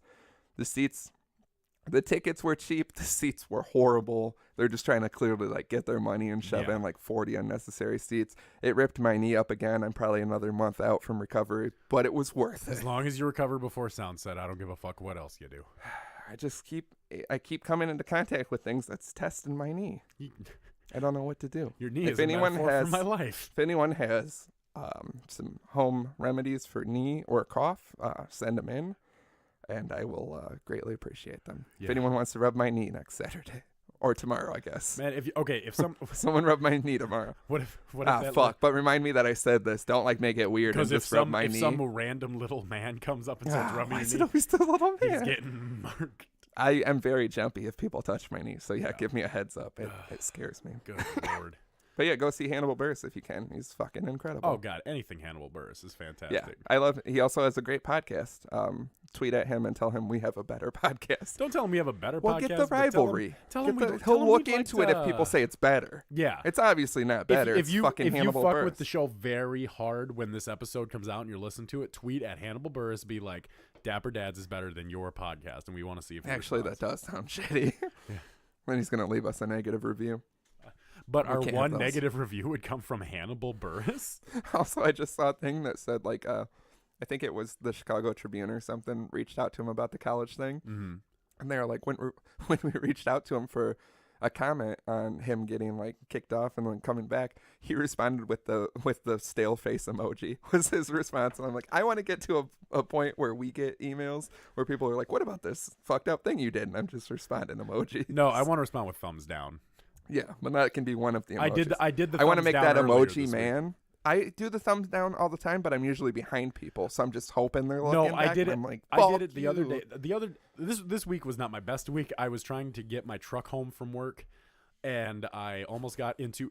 And you know how close my house is to my work. From going from A to B, 3 different elderly people in vehicles almost hit me in various circumstances, and I gave each of them the thumbs down, and each time they looked mortified. I think they would have been more intense. I think they would have been more happy if I was just like, fuck you, you old bastard. But literally there was one, it was 2 old ladies in separate cars, and then one was an old couple, and I was right here, and he didn't even stop. He just pulled out like this and just kept going. So I got right here, honked, and when he turned, I went just thumbs down and just angry shaking face. I like to think that people see it as that Emperor Caesar style justice from the Gladiator, where he's like, yeah, if you have the time to do it that way. You guys were wild that night when I was driving us back to your house, and that bitch cut me off, and I was give her the thumbs down, and we were listening to Child Support Me, and you guys were all like, fuck you, I hope you die. It's your fault for putting Child Support Me on. Well, I thought we were going to give him a light thumbs down, which is the point. Nothing else, just thumbs down. And you guys were like, fuck you, bitch. And she was going to a hotel, so I feel like it was her first experience in Rockford, which is fitting, and I like it. Yeah, a car full of, a goon squad drove by me. Fuck you. And then we turned immediately, so I hope she was like, oh, shit, they're coming back. Oh, God, they're in that neighborhood. You gotta die today. Do we want to get in this submission we got? We could before I casket a bitch. So we got a submission, only one. It's weird, no one submits. It's no one wants to submit to us for some reason. That's fine. If you don't submit, the show's done. Yeah, it's true. We hate to put that on you guys. Yeah, we've run out of topics. We are not as creative as you think we are. Well, 34 episodes. It's a lot. It's stressful. It's especially weekly episodes with no breaks. Yeah, it's stressful. Consistently. We don't let you guys down. We don't take You breaks. let us down. Yeah, every day I'm let down. We look up to you because you let us down. Yeah. This is from so hurtful. That's more hurtful than dork in my opinion. That's from that episode of The Simpsons where Marge did the bake-off and Lisa makes the card. I want to get those cards and give them to people. Just hand them out to people randomly. I look up to you because you let me down. Get them on business cards next time we have to order more business cards. We can just hand them out. Yeah, that'll be great. All right, this submission is from Pygmy Gamer, who is possibly one of our new best fans. I know exactly who that is. Yeah. Apparently today, I do want to go out on the record of saying this. As of listening, it's been a week. This fan did lose their job, unfortunately. Yes, which the submission is about as well. Which is tragic. It's always tragic when people are in long positions. But they commented on the post this morning about the new episode, and they said that they played the new episode very loudly in their office. I saw that, and I enjoyed that. So if you can somehow play the Dapper Dads in your office, send us video of it happening and the reactions that happen thereof. You know who you are. I'm talking to you right now. I know y'all work in an office. Yeah. I know you can make this happen. Yeah, just do it. Fuck them. And make sure it's one. Do it at that point earlier where someone was saying all the gross shit. Yeah. Let that blast through. But yeah, shout out to you. Sorry to hear about the job bullshit. Jobs suck, and that's where this will come in perfect. The title is Job Hunting Sucks. Which, oh man, does it. Oh, yeah. And it says, first part is, what is the weirdest question you have ever been asked in an interview? And then also, weirdest job you have ever had. Okay. So, and job interviews, I think, are my least favorite thing. They're up so there. fucking stupid. Because I can't think of, like, a weird question, but they always hit you with the bullshit of, like, give me three times when you went above and beyond. Shit like that. And you're like, just off the top of your head, and you're like, how much of a piece of shit I am outside of making money. Yeah. So you're like, let me think of 3 quick lies. Yeah. Because and it's always lies. Yeah. It's literally all lies. Every time I've ever been to a job interview and they've asked me, like, give me 3 quick examples at a previous job when you had a difficult situation that you neutralized. And I'm like, well, one time a guy came in with a sawed-off shotty. Yeah, that's what I always think of. And too. I ripped it in 2 like a big sandwich. Yeah. And he apologized to me. And then left after I gave him the 20 points of contact. You got to hit him with the yeah and then the yeah on the way back. I also hate when they're like, what's your biggest fault? It's like, do you have the time? Yeah. Do you have other interviews Because you got to say shit like, to get to? Sometimes I think I brought work a too hard. PowerPoint for this. Sometimes I work too hard. People say I don't take a break. I'm too punctual. You know what I mean? You got to say shit that's not actually a fault. You got to be like, oh, I do this too good. My go-to for that is my dick is too big. Hard to put it in. My go-to. Hard to put it in work pants. Well, it's hard to find pants that fit me. Yeah. Have you seen the documentary about the dude with the biggest dick in the world? I think I've seen something about that. I watched a documentary where this guy had a little dick and he tries all the things to make it bigger. Mm-hmm. It's very funny. It doesn't work. Yeah. And it even has him going to the doctor and they like can't go in there. So it's just like a black screen with the audio. And the doctor's like, yeah, I'm not going to lie to you. That's very below average. Because he proposed to a girl at like a hockey game or something on the big screen. And she said no. And then later when he asked why, it was because his dick was so small. That's so terrible. It's a very funny documentary. He spun it in a good way. I know, but it's he even so tries terrible. The thing where you like tie a big rock to your dick like they do in other countries. Nothing works. You just can't. The only thing they say works is you can cut that, that tendon at the base of your dick by your balls. They can cut that. It'll give you 1 inch. That's going to make you faint. See, you're not built for this. No, I seen a picture of a split dick like 3 weeks ago. That's too recent. Your face. We're going to isolate this. Anyway. It's because I don't think I want to get into okay. Why. I know what you're looking at. We don't have to. Anyway, so your biggest fault is your penis is too large. No, what I usually say in interviews is that I really pride myself on my communication skills, and because of that, I have a tendency to ramble when I'm explaining things. So I need to be better at going shorthand and just being very at point about things. And that's what I say my weakness is that I explain things too well.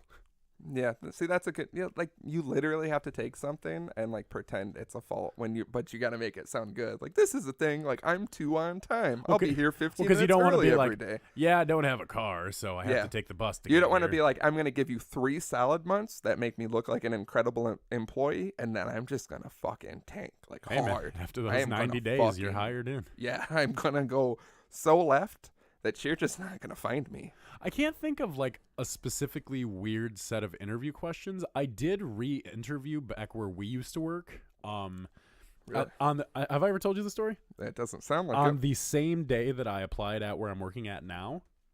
Tried to go back?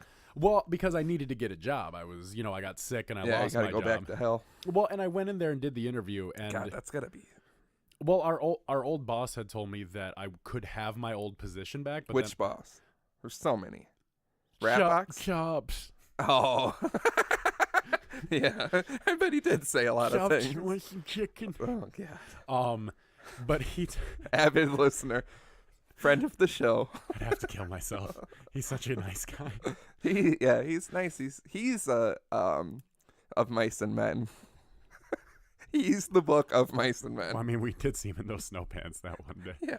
We've been over this. Anyway. But he had told me, he was like, yeah, we'd love to have you back. He's like, they are doing it a new way, though, where you have a set schedule, and then you can pick up hours if you don't like it. And I was like, that's fair. That seems better. Right. Yeah. They brought me in and told me they wanted me to close photo 5 days a week from 5:30 to 10, and then I could pick up cashier shifts anytime I wanted. And I was like, and they told me this after the interview, so I went in there, and like everybody was coming up and hugging me, and they're like, Slim, because that's what people scream when they see me in public.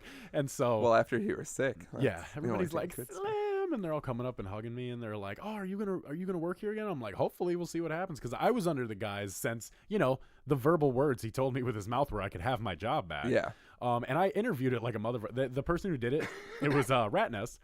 She did Rat Hole, and she didn't even ask me any of the interview questions. She just comes in and goes,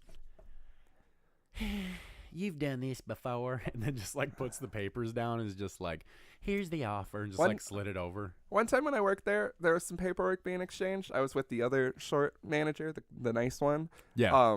And I think it was Rat Hole, but that doesn't make sense. Either way, what happened there, one of the documents they needed was covered in a substance that had become like a light brown, like a coffee or something, maybe a tea. It was breast milk. Someone spilled breast milk. I can tell you exactly who internal documents. Milk. Who? I'll bleep it, or it doesn't matter. Rat Hole. That was, yeah. Because she was pregnant when we were working there, remember? No, I don't. She was pregnant. We can't talk about I was gonna say something really always forget bad. We're fucking on air with this shit. Oh my god. Yeah, we're fucking on air. Finally. That's what people want. I got my feet up on the bar, and you are my bar stool. Be careful with my knee. That can't be the way that this comes back. That's the only thing I'm gonna be careful with. You Murkin? Yeah, but you don't gotta ask which one. You just gonna know.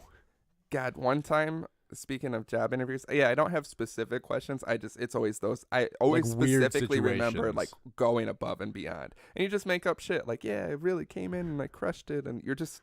I stopped a flaming bus full of orphans and nuns from falling off a cliff while maintaining a high sales goal. Yeah, you always gotta do that. Like I went above and beyond. One time I interviewed, because it'll play into my worst job ever.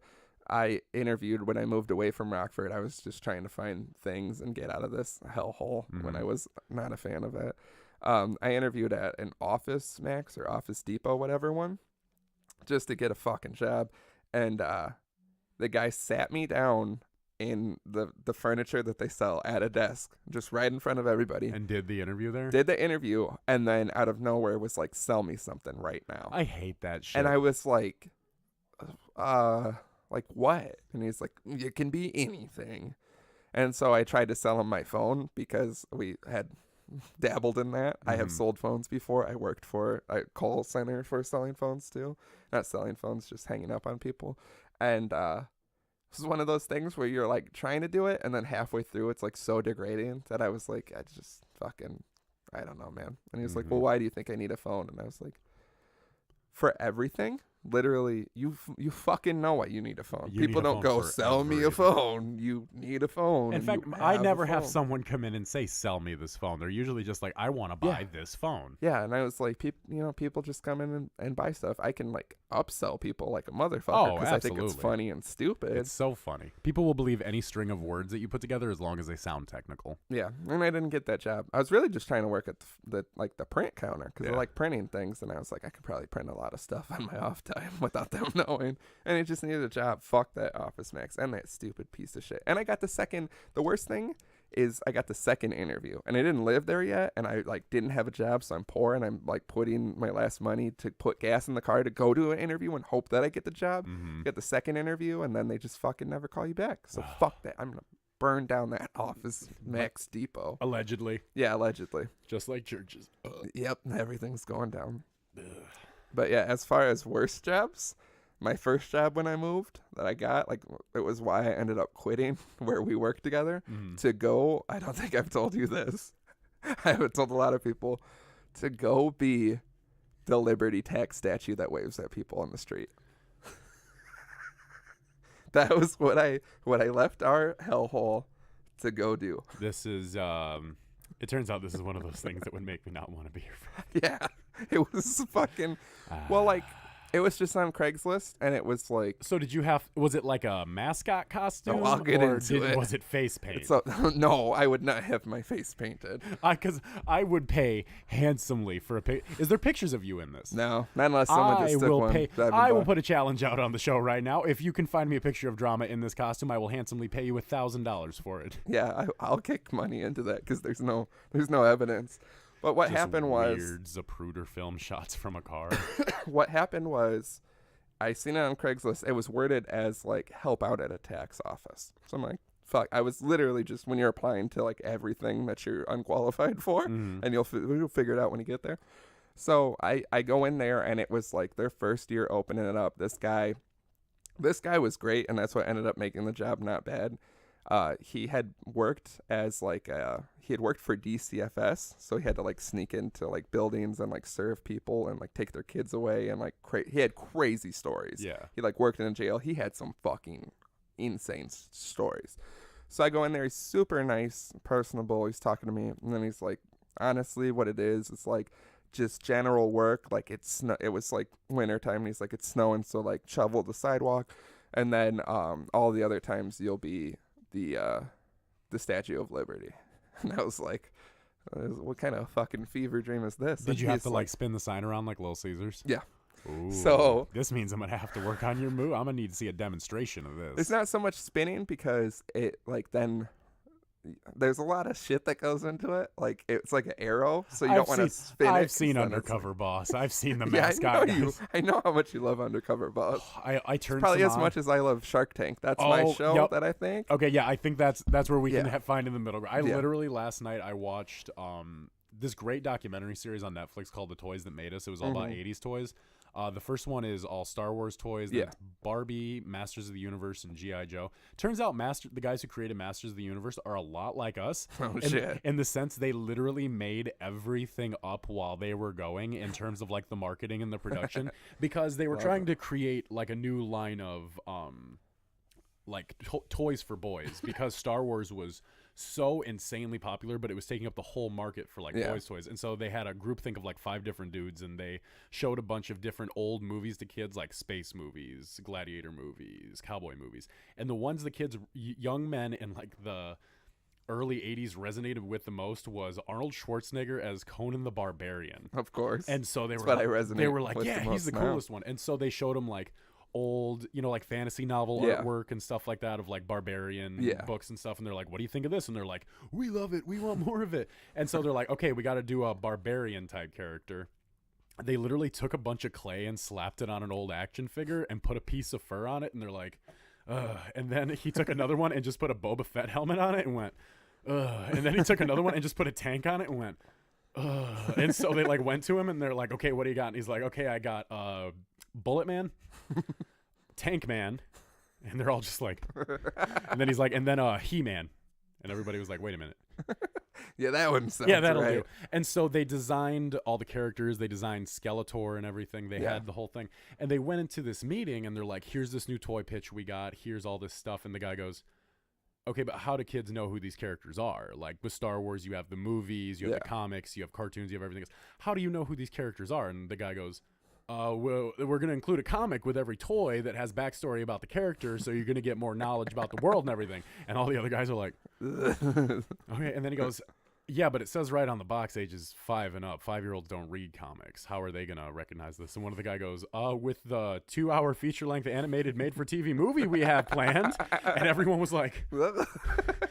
Yeah, I could see this in our future. The whole cartoon, literally, the movies, the cartoons, everything came from them scrambling in a meeting trying to sell these toys. Yeah. And that's how it started. And apparently it just went up for 4 or 5 years, I think. It was like 73 million, 120 million, 200 million, 400 million.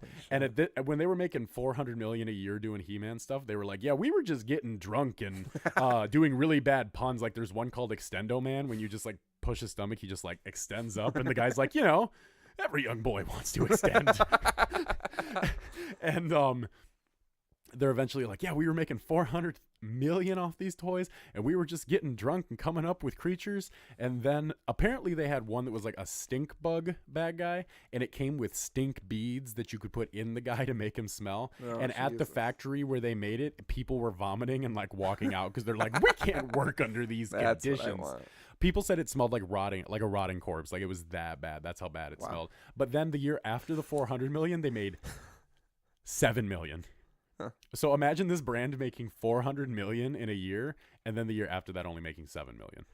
That's still $7 million more dollars than I make. Yeah, true. All right, now back from the He-Man fan club podcast. I just thought it was really cool. Yeah, I'm gonna watch that. I'm gonna jerk off to it. In the Star Wars one, they're pretty much like, yeah, we didn't have the movies, so we just kind of took George's weird sketches from high school and made toys out of them. Yeah, we gotta corner the toy market. I feel like that needs us. You ever Biker Mice from Mars? Oh, hell yeah. You're the only other person I've ever met that remembers that. It's on Netflix. How do you not remember it? It's not on Netflix. Bullshit, it's not on Netflix. Then it's it must be recent. I've seen it on the Fire Stick. Also, when I rewatched it, really bad, which I could see. Yeah. Borderline racist. Everything in the 90s was. Yeah, let's be real. But this is hard. Against Italians, which is an interesting pick. Well, there was a video game when I was a kid. If anybody remembers this, I always blank on the name. What you were a ghost, like a green, cool 90s ghost that looked real like punk rock and like Slimer awesome. From Ghostbusters, but like cooler. Yeah, but like thin and like awesome. Like a punk rocker. Yeah, like Osmosis Jones if he was a ghost. Like Slimer's kid. That's like rebelling against his dad. Oh, my dad's such a fat slug. But you're a ghost, and what you do is you can possess different things in the house. It's a fun game. You just like what your goal is to scare each of the family members out of the house. Mm-hmm. So like the youngest girl is super easy to scare. The teenage boy's a little harder. The mom's a little harder. The dad's super hard. Yeah. And you got to get all of them out. And you can possess like everything pretty much, like jump in the TV and the TV has like a face come out of it. It's really well done. I played it not that long ago just to remember it. Mm-hmm. And then like you run out of like power to possess things, so you go in like this weird underworld and you have to pick stuff up, and that's where you can die, and it's crazy. I remember feeling weird about it when I was a kid. Replaying it, it has like the text and it shows like the family moving in, and it's like, we got to get these slimy Italians out of this house. And like really, it just really harps on the Italian thing like a lot. And it's like, these grease balls got to get out of here. And it's like weirdly specific and uncomfortable. I mean, that's kind of the 90s for you, though. They weren't as sensitive as we are today. I don't think that's being... No, that's not sensitive, but like... That's just real... Like someone had an issue. And they were like, this way, someone making the game, like they pitched it, and like it's a solid game besides that. Like, it's and what very the fun. Head of the game company was like, it's a bad game. No, I feel like one of the guys making the game like really just hated Italians and was like, I'll sneak it in the dialogue that's written on the screen. Like how the Echo the Dolphin thing has a lot to do with DMT. Yeah. This is his DMT hating Italians. Imagine us at this age making video games. I'm sneaking something in. It won't be vaguely racist at all, but it'll be weird. Right. And you got to scare them out of 3 houses, and it gets incredibly hard. Like have some NPCs. Someone fact check me. Give me the title of this game. Have some NPCs voiced by Migos or something. That'll be ours. Yeah. But anyway, so I just oh sorry. Yeah, I gotta get back to this this story of the job. So I felt like I didn't want to do it, but have you ever been in my life is like the other person being so forward that I feel like I have to do it, because like by the time I was walking out, he like had me fill out paperwork and he's like, yeah, you could be starting soon. So I felt like I didn't have a chance to be like, I don't actually want to do it. So then I like thought about it, and this is one thing I will say, like I hated that job we worked at. Like I would wake up and feel so depressed going to it. Yes. Like it was sucking. Like people say like that job sucked. It sucked the life out of me. No, it fucking sucked the life hated that job, and I hate that place, and it was just it was like so heartbreaking to go to. Well, I didn't even realize how bad it was. I think the stress from it definitely contributed to what happened to me. Oh yeah.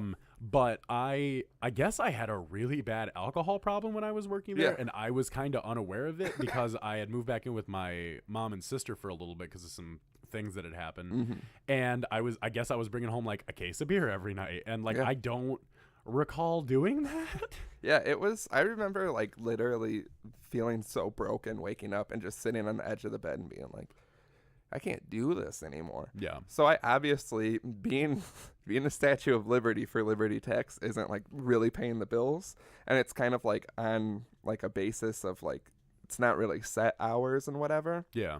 So I took like a huge pay cut and like a very huge risk to do that just to make my life better. So I do want to tell people sometimes it is worth making less money and like taking a risk just to be beneficial to your mental health. I tell people all the time, you have to not work for money. You have to make money work for you. Because if you work for money, you're going to be miserable for the rest of your worth fucking it. life. Like money is whatever. Like we do need it to an extent, but like it's not. No, you need it. You just have to make it work for you. Yeah, but it's not worth all the bullshit. So I did this. I put in my 2 weeks notice where we worked, and I went to go do this shit, and it was like very like loose. The first day I went in, like because the office wasn't like running yet. So the first day I went in, he's like, I'm just going to have you do some things around the office until like things get going, because I'm not going to have you standing out there and then have people come in and be like, there's nothing to do. So the first day I go in, he's like, what I want to do is there's a fridge in here. I want to move it to my house because we have like a mini fridge and I don't need all this. Will you help me move the fridge? And I'm like, yeah, whatever. So we get the fridge in the dolly, like get it outside, put it in the back of like his Blazer or whatever. And he's like, I live in this area back behind here. I was familiar with it. He's like, it'll take 5 minutes to bring it to my house, get it out of the car and put it in my house and put it in my garage. I'm like, yeah. And then when we're driving, I was like, this is actually super weird. I don't know this guy at all. No one else works in this building. No one's seen me.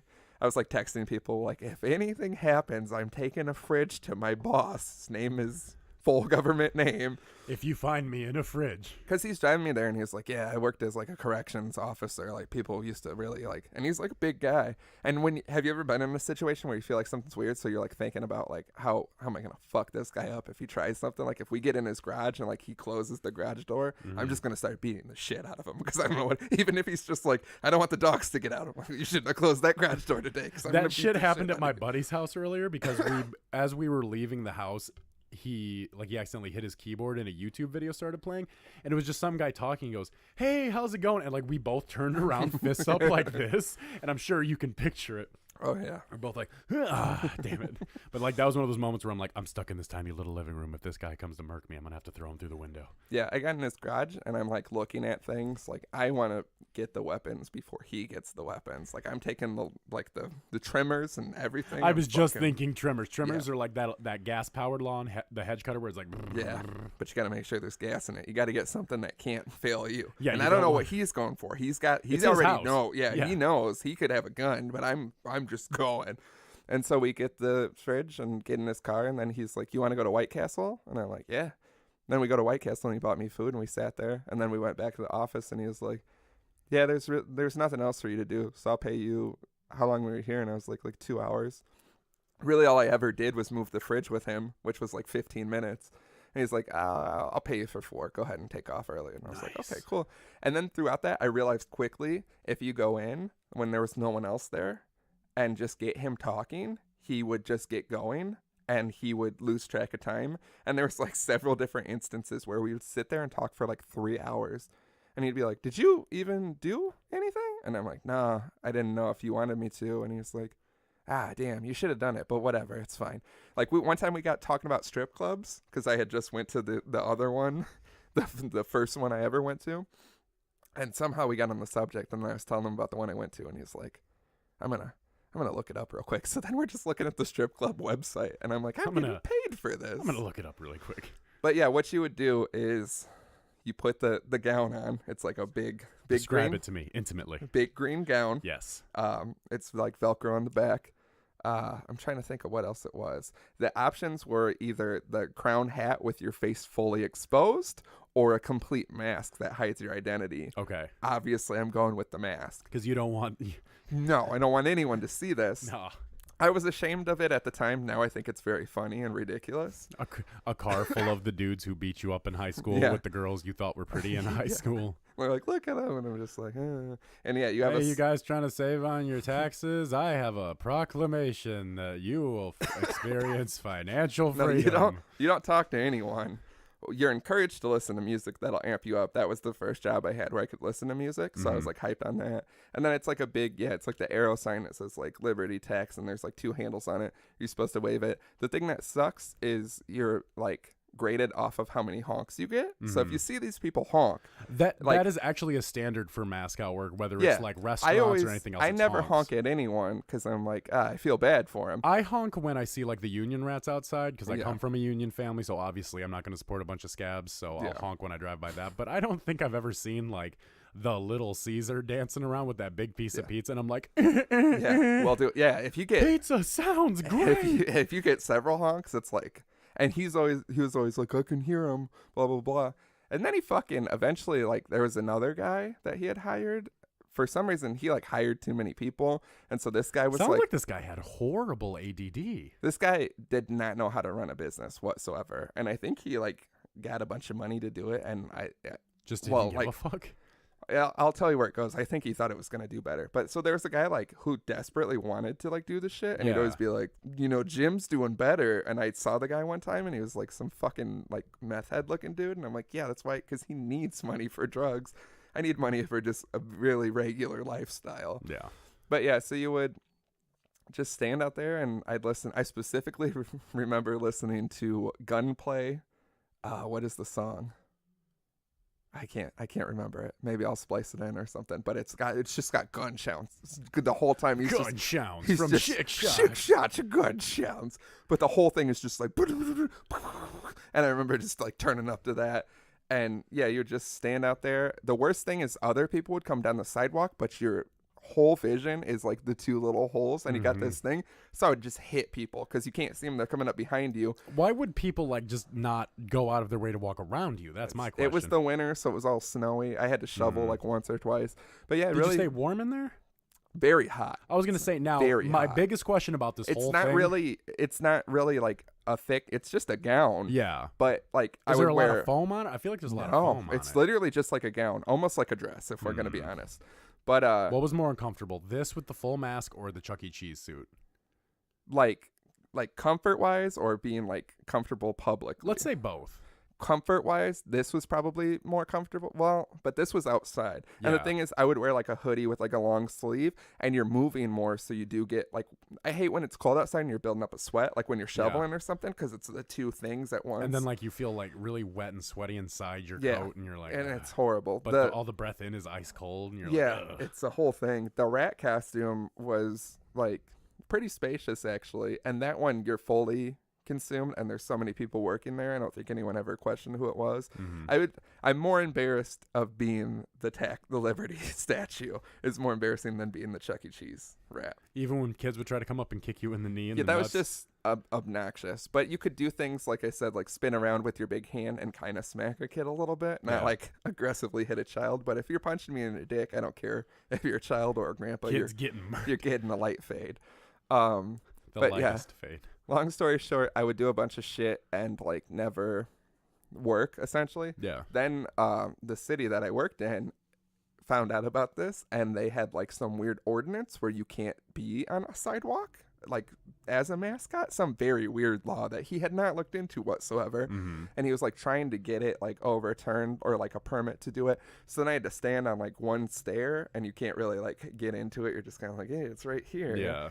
And then one day he emailed me and he was like, it's not working out. We can't have these people at all. So like he gave me like a severance week or something, which really ended up fucking me. And then I found another job shortly after. But yeah, that's definitely the weirdest thing I've done as a legal job.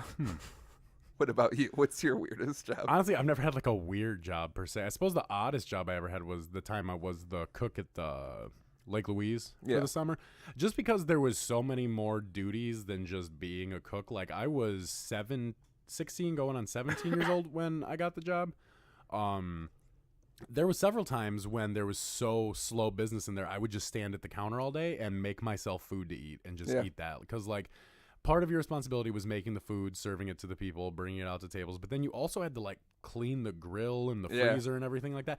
And this is things no one has told me. They knew very well when I got in here. That's how it was when I worked at Chuck E. Cheese. It's like you're the game room attendant. You fix the games. Also, you have to clean every single game every night. Like get into the basketball machine, like up in there and wipe it down for a Chuck E. Cheese. For this Chuck E. Cheese specifically, Like, people are leaving shitty diapers on the table, and you want all of the games to be pristine every single night. You got to be out of your fucking mind. Yeah, for like a 16-year-old kid, like, it was a nightmare. Well, I remember I got like absolutely zero training for this job. The only thing they told me was get that long haircut before you start, because this is back when I had hair down to my ass as a kid.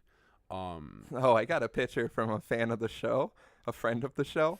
I got a DM, and I need to show you after the show. Great. Love it when this comes up. I love when this shit comes up on the air, truly. It's so when good. you do that laugh in the microphone, that's when I know shit's fucked. It was very random. Is it who I think it is? Probably. I'm going to go ahead and... What? I'll just say No. Just stop mouthing things. I'm going to have to put a black bar. Just put the Dapper. The whole thing over your head the whole time. What was I going to say? I don't know if I said it before. I went to my Chuck E. Cheese interview in a Motorhead t-shirt. Nice. So suck my dick about anything. And they were just like, yeah, you're getting I lied about how old I was. I started working when I was 15 just to get the job because I was poor, but I could afford Motorhead t-shirts. Yeah. And they never brought it up once. Jeans, Motorhead t-shirt, probably greasy and, 15. Yeah. Been skating and drinking underage all night. I remember there was a couple things at the job. I remember we harped on it a little bit last time about the seaweed and the smell and stuff like that. Yeah, we had talked about that. One of the things that happened to me there was, now, if you're listening to the show and you work in a kitchen, you're going to understand what's fucked up about this. When you have a grease trap on a flat iron, you're supposed to have it in the back because you push the grease into the trap. Yeah. This one was in the front with the way this horrible family that owns that lake built this thing. Yeah, that whole place is rickety. It is a rickety nightmare. It is amazing. I was eating food when I was there, but if you took me back today, there's not a chance in hell I would eat anything that came out of that kitchen because I know how that kitchen was when I was there, and there's no way in hell you're going to catch me with how conscientious I am of what I put into my body now. That's how it was at Chuck E. Cheese is the one guy that worked in the kitchen, he would be like, what pizza do you want? And I'd be like, sausage. So then he'd wait for like a pepperoni pizza and make a sausage, and I would take it out and set it down. And then they would be like, oh, we ordered a pepperoni. And I'd be like, oh, my gosh, I'm so sorry. Let me correct that right away. Free pizza. We'd take it back, eat the shit out of that pizza. He'd already be making the right pizza. So then the people were like, well, they got it wrong, but it was like right out immediately and hot and fresh. So we take care of it. That was like the best to get like free pizza. Or those cinnamon breadstick things they made. Beautiful. Well, I remember one time we were very, very busy, and I had a bunch of people come in who all ordered BLTs for some reason. Oh, you know what I love on a hot summer day at the beach? BLT. BLT. Not just a BLT, a homemade BLT, like not made in like a 16-year-old kid. Like not made in a restaurant where like, and then the worst part I don't get ordering a BLT anywhere. That's a home food. You know what I mean? There's some things you can make so easily at home. Only eat at home. Like you're going out, oh, let's have a nice dinner. I'm going to get a BLT. No. There was but that was probably my biggest pet peeve about the job, when people would be there and they'd hear what their friend was ordering and they're like, yeah, I want that too. That sounds good. And then they're like, oh, I want that too. And then you end up having to make 5 or 6 of the things. Yeah. There's a bunch of fucking kids there one time, and they all wanted pizza puffs. It was like a brother and 2 sisters with their cousins and shit. And they're like, we want pizza puffs. I'm like, 7 pizza puffs? And they're like, yeah. So I went back to the freezer. That's my normal order. Yes, actually. But we're adults. We can eat 7 pizza puffs. You shouldn't. Sorry, you got to be this old to order 7 pizza puffs. Well, and so I threw them all in, and it was like Memorial Day weekend. It was like the busiest weekend of the summer. Like the whole thing was packed. There was just lines all the way out. It was 4 of us back in the kitchen trying to make all this food. And this one kid kept pounding his fist on the counter and screaming, "Pizza puff! Pizza puff!" That was me. It turns out it was me. You're going to have to bleep this out, but because you are not actually. But he was like, pizza puff. So I specifically left his in for like a minute longer. And I don't know if you've ever actually like deep fat fried a pizza puff. Right. But when it's dangerous. It's so dangerous, and you have to do it in the exact amount of time. And we had like a cheat sheet above the fryer, like, wings this long, this long. They had these buffalo boneless bites. I could never find them again. I couldn't figure out who their supplier was, but they were the best when you would tell me who your supplier is. Sitting there grabbing the old lady by the throat. I need your wing supplier. Bitch. You tell me who the supplier is. And so I left the kid's pizza puff in the fryer for an extra minute, and when you do that, the grease starts seeping into the folds in the puff, and it comes out like this big. And so I brought, and then you just smush it. Pizza puff, pizza puff. If he just squishes the hot grease and filling in my face, pizza puff, and that's the nightmare I have to tell my therapist about, why I have burn marks on my face of the kid going pizza puff. Could you imagine if that affected? Can you imagine if scalding hot grease and pizza puff insides blinded you, and the last thing you saw was some shitty kid on Memorial Day in a bathing suit going, pizza puff? And so I brought it out to him, and he was like, wow. And he thought it was like the coolest pizza puff in the world. I was like, eat that burnt piece of shit, you little piece of shit. That is my favorite thing at jobs, when people are pieces of shit. And you're like, I have a secret that's going to make everything more difficult for you. There was one... Or bad. That's why I'm like, don't yell at fucking people. Like, working a 16-year-old kid working a kitchen at a beach is going to fuck your food up. You know those little things. Like, I can really make this pizza puff be crazy. There is a dude who would come in, and he just liked to eat. I feel like this was his thing. He just enjoyed eating and talking to people. At the beach. At the beach. Well, because it was like a trailer... Yeah. I don't know how you want to describe it. It's not a trailer park, but you can stay there for a campground thing. And he would just come and talk to me for like 3 hours when it was slow and just order food. And I'd be like, well, here's your $86 tab. And he's like, oh, no problem. He just throw money down and walk away. He's probably trying to diddle you. I was too big to diddle at 16. I don't know what you're thinking. He's probably trying to. There was lots of... you're making me remember all kinds of terrible shit from this lake. I remember there is... allegedly a giant catfish that lives out in the lake, and people try to catch him every year. Catch it. And there's one weird dude we called Porkchop, and he ended up catching it. And like as dusk was like Porkchop, never work out. Picture what a dude named Porkchop looks like. I am. That's him. Yeah. Because literally people kept talking about Porkchop, and I was like, who's Porkchop? And then I met him. Well, and then I've actually done this twice in my life, I can figure out, and I feel shitty about it each time, is I'm like, yeah, who's this fucking Porkchop guy? And the guy is like sitting at a booth eating a burger, and he goes, I'm Porkchop. This is like a movie. My life is a movie. And then it's like over the top. You got to arm wrestle him. Well, he ended up catching the fish in the middle of the summer, and then something. He ended up catching his fade. He ended up catching a light fade. Slim beats the shit out of Porkchop. Catching what we call a brush with death, because it's just a light fade. And at the end of the season, I remember it was like past Memorial Day, and I was making big stupid checks from this place. Like I was working so many hours. One time I walked away from there with an almost $900 check just for whipping up food on a holiday weekend. Wow. And one time the owner, like the owner of the lake, like the old people that own the lake showed up, and she was watching the lake house one weekend while the actual family was out of town, and there was no business. And so me and her were just talking, and I was always terrified of her because I always thought she was just this mean looking woman. She always had she had like that permanent frown, old people getting like those mean eyebrows and like big mean scary. So picture like big eyes, downward slanting eyebrows, and constantly. So I always felt like I was being like pressured or judged or something like that by them. But she was when you got her alone, she was so nice, but she was so scared of her authority being tested in front of people that the second people came around, she'd be a huge bitch. And I remember that one evening we had a couple hours together. She told me about you know where this is going. We went back in the freezer, and she taught me she taught me the real way to work at Lake Louise. We're gonna have to bleep out the name if you're gonna talk about it like that. Yeah, true. And so people are gonna be going there like, where is the old bitch that fucks in the freezer? No, she died 6 years ago. She's been dead for 20 years. She's in the freezer. All we have is Porkchop, and he'll do you right. Porkchop will take care of you real good. You just see him running. I'm Porkchop. It's just me, another snap of me running. Just, help me. Oh, you're getting murked. By Porkchop. Murked by Porkchop. That's what we'll call this episode, Murked by Porkchop. And so the end of the season came, and like, what I was going to say is she was very nice, and she told me how she worked at the... not Busch Gardens, but like the Busch Zoo. Mm-hmm. And she told me about all the experiences she had with the animals working there, and like the humanitarian stuff she got to do with it. And I'm like, you are a very like traveled and worldly person. And it's like, it was so cool for me at that age to see someone that I viewed as a harsh authority figure really open up and just be like, hey, this was me before I was a mean old bitch, Yeah. And so the end of the season came, and they always did a haunted house at the end of the season. Like the lake is open from Easter to Halloween.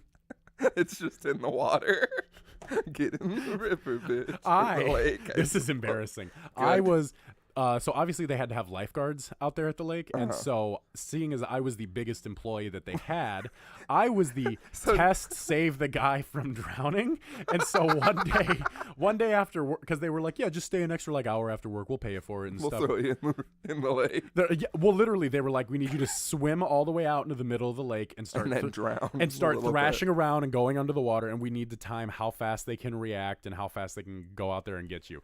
And I felt so bad because one of the girls that worked there was in high school. This girl was to the right of my locker because everything was in alphabetical order. And she was a tiny thing. She was very small and thin, And so here's big high school me eating 12 egg omelets just thrashing out in the water.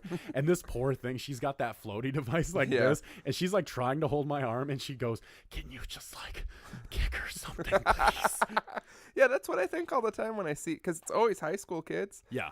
That Magic Waters, it's the high school I went to, is where they all exclusively come from. And I'm like, there's no way you're pulling me out of the wave pool. No, and I've had a couple snuck-in margaritas. And I see people who go into Magic Waters and stuff like that. There's no way these 90-pound girls are going to be pulling your gigantic McDouble oven ass out of that wave pool. Gonna try. They're just going to do that fake look thing they do where they scam and then they're going to give you the thumbs down secretly under the table. So I did that, and that was fucking terrible. There was one guy out there who was a bigger guy, though, but not as big as me, and he manhandled me when he brought me out of that water. It was one of those few times in my life where I've been manhandled by someone, and I'm someone who is so large that I feel very in control of my body all the time just because of the amount of space that I take up in this universe. Yes. And so when another man grabs you in the water and furiously starts pumping his giant tree-like legs to get you back to shore, and you just go, I was hoping he was pumping something else. Oh, he was murking me underneath the water, it turned out.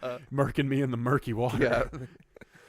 And so my season eventually ended with me volunteering to do the haunted house because they were like, we need workers who want to come work the haunted house. And I was like, I'd love to work the haunted house. I love Halloween. It's my favorite thing ever. I love scaring children. I had just recently acquired a knockoff Slipknot mask, so I was very excited to go and wear it. And what I ended up doing was it was Corey Taylor's mask from...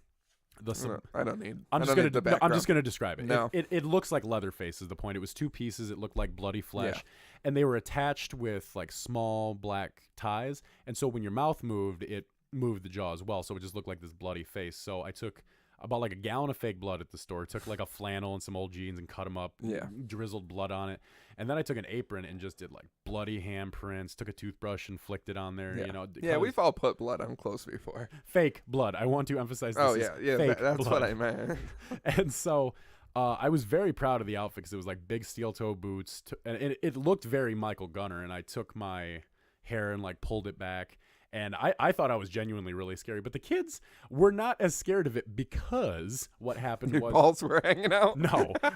Ironically, this time, no. So when you went through the haunted house, it was a 4-hour ordeal where I was screaming at the top of my lungs the whole time. I thought you were going to say it was a 4-hour haunted house. I was like, wow, that's dedication. You really get your money's worth. No, it was from... Could you imagine if you went into a haunted house and it turned out to be 4 hours long? And that would be truly scary. I'd beg for my money just want to be gone.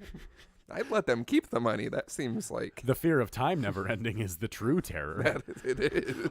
And so when you went through the house, when you came into my section, they had a garbage bag corpse hanging from the ceiling, and I was shaking him and smacking him around and stuff like that, and going like this. And I can picture. And I'm like, you want to end up like him? And just smacking him against the wall and stuff. But so I'm in this room. In this room right next to me before you walk out is Porkchop wearing a glowing hockey mask with a chainless reel chainsaw that he is just revving at kids going, because this guy is not as short as your assailant, but let's say probably a foot or two higher. Okay. But very round and very should not be waving a chainsaw at kids. And so regardless of all... Porkchop shouldn't be waving a chainsaw? Porkchop should not be waving chainsaws at children. That is the mission statement I'm going to make in this episode. And so I lost my voice by the end of this because I was just screaming the whole time. Went back the next week to get my last check and found out I didn't get paid for the whole thing. Because I opened my check and it was $13, and I said, the fuck are you trying to do to me? And they said, oh, you volunteered for it. And I said, you people fucking suck. This has been a nightmare to work here all summer. I appreciate all the money you've given me. By the way, I never tabbed any of the food I ate. And I walked out. Because specifically the old dude sat me down one time and he's like, not tabbing is theft. And I'm like, unbelievable that you would think this type of behavior out of me. I tab everything that everyone eats around here. I am the epitome of timeliness and bookkeeping. Oh, if we want to talk about stealing from old jobs. I don't think we should. Yeah, I don't think we should. Afterwards, to wrap it up, can we run through the jobs that we've had? I just want to let's just rattle them off. Okay, I don't have as wide of a collect. Are we including odd jobs we've done for cash, like in between things? No, I don't want to hear about all the dudes you've blown. Dudes I've murked for money. Official government jobs. Yeah, nothing under the table. My first job was Chuck E. Cheese. Mm-hmm. Then at the same time, I transitioned into where you currently work, which we won't say. Yeah. Which is so funny how much our lives have been like intermingled without us even knowing it. And then I quit Chuck E. Cheese because the other job was like a real job and I made more money. Then they did that beautiful hour cut at the beginning of the year, so I transitioned to the call center, and that's like a normal like 40-hour-a-week guaranteed job, but my hours were like 3 to midnight with like Wednesday and Thursday off because it was a fucking nightmare. I remember having friends that worked there when they would schedule that way, and it was a nightmare. Yeah, that place is a fucking nightmare. I thought that place was soul crushing because people just say wild things to you on the phone. Because imagine working 12 to 9 every weekend. Yeah. Well, it wasn't 12 to 9. It was like 3:30 to midnight. Imagine working that every weekend. Yeah. And I wasn't 21, so people would get off and go to like the bar down the street and get shit-faced for an hour and a half, and I just had to go home and like not be able to sleep because it's midnight and you worked all day. But yeah, and then I was on a leave of absence from the place you currently work because I didn't know, like I thought maybe occasionally I'd pick up hours, but then I realized I could just do unlimited overtime at the call center and make double what I made at the other place. So then I just kind of never went in, and I guess eventually they fired me. We just didn't have, no one ever said anything to me. I never quit, so I could, maybe I'm still in the system if you could still getting checks. Could frock a candor. Yeah, I wish I was still getting checks. I would just give all my friends my hours, and then I think they, like, the establishment was unhappy about that, but we never had a talk. So I don't see what the problem still with in the is. System. In my opinion, if you're willing to give up your hours and other employees are willing to take those hours, what's the problem? I think it was just because it was like 2 people. Yeah, probably. But then I got fired from the call center on purpose. I made them fire me. Good. Then eventually I worked where we met, and then I was the Liberty Tax statue for a very brief period of time, and then I worked at a machine shop polishing aluminum dies. It's a whole thing, and then I worked at an office doing some office shit, and that's my life story. Now I'm unemployed, so please send money to dapperdadspodcast@gmail.com. I honestly, there's just lots of, like, my dad was a construction worker, so I would help him out with construction stuff with his buddies and get paid cash when I was young and stuff like that. But my first paycheck job was the lake job because they were technically, they had to report their earnings and stuff like that. So it was a government official job. After that was what we'll just call the dark ages, where it's that weird period in your life where you're young and you only have like that one odd job under your belt for experience, and you go places and they're like, you just don't have enough experience, and it's like, I'm sorry, but like, and whatever job you get is gonna be garbage because you're like, well, that's when I had mentioned this when we looked at this submission before. I had what I had done was I had taken a car up to Rockford that had literally no oil in it. It shut down because there was no oil, and I would have to restart it on the road. Yeah.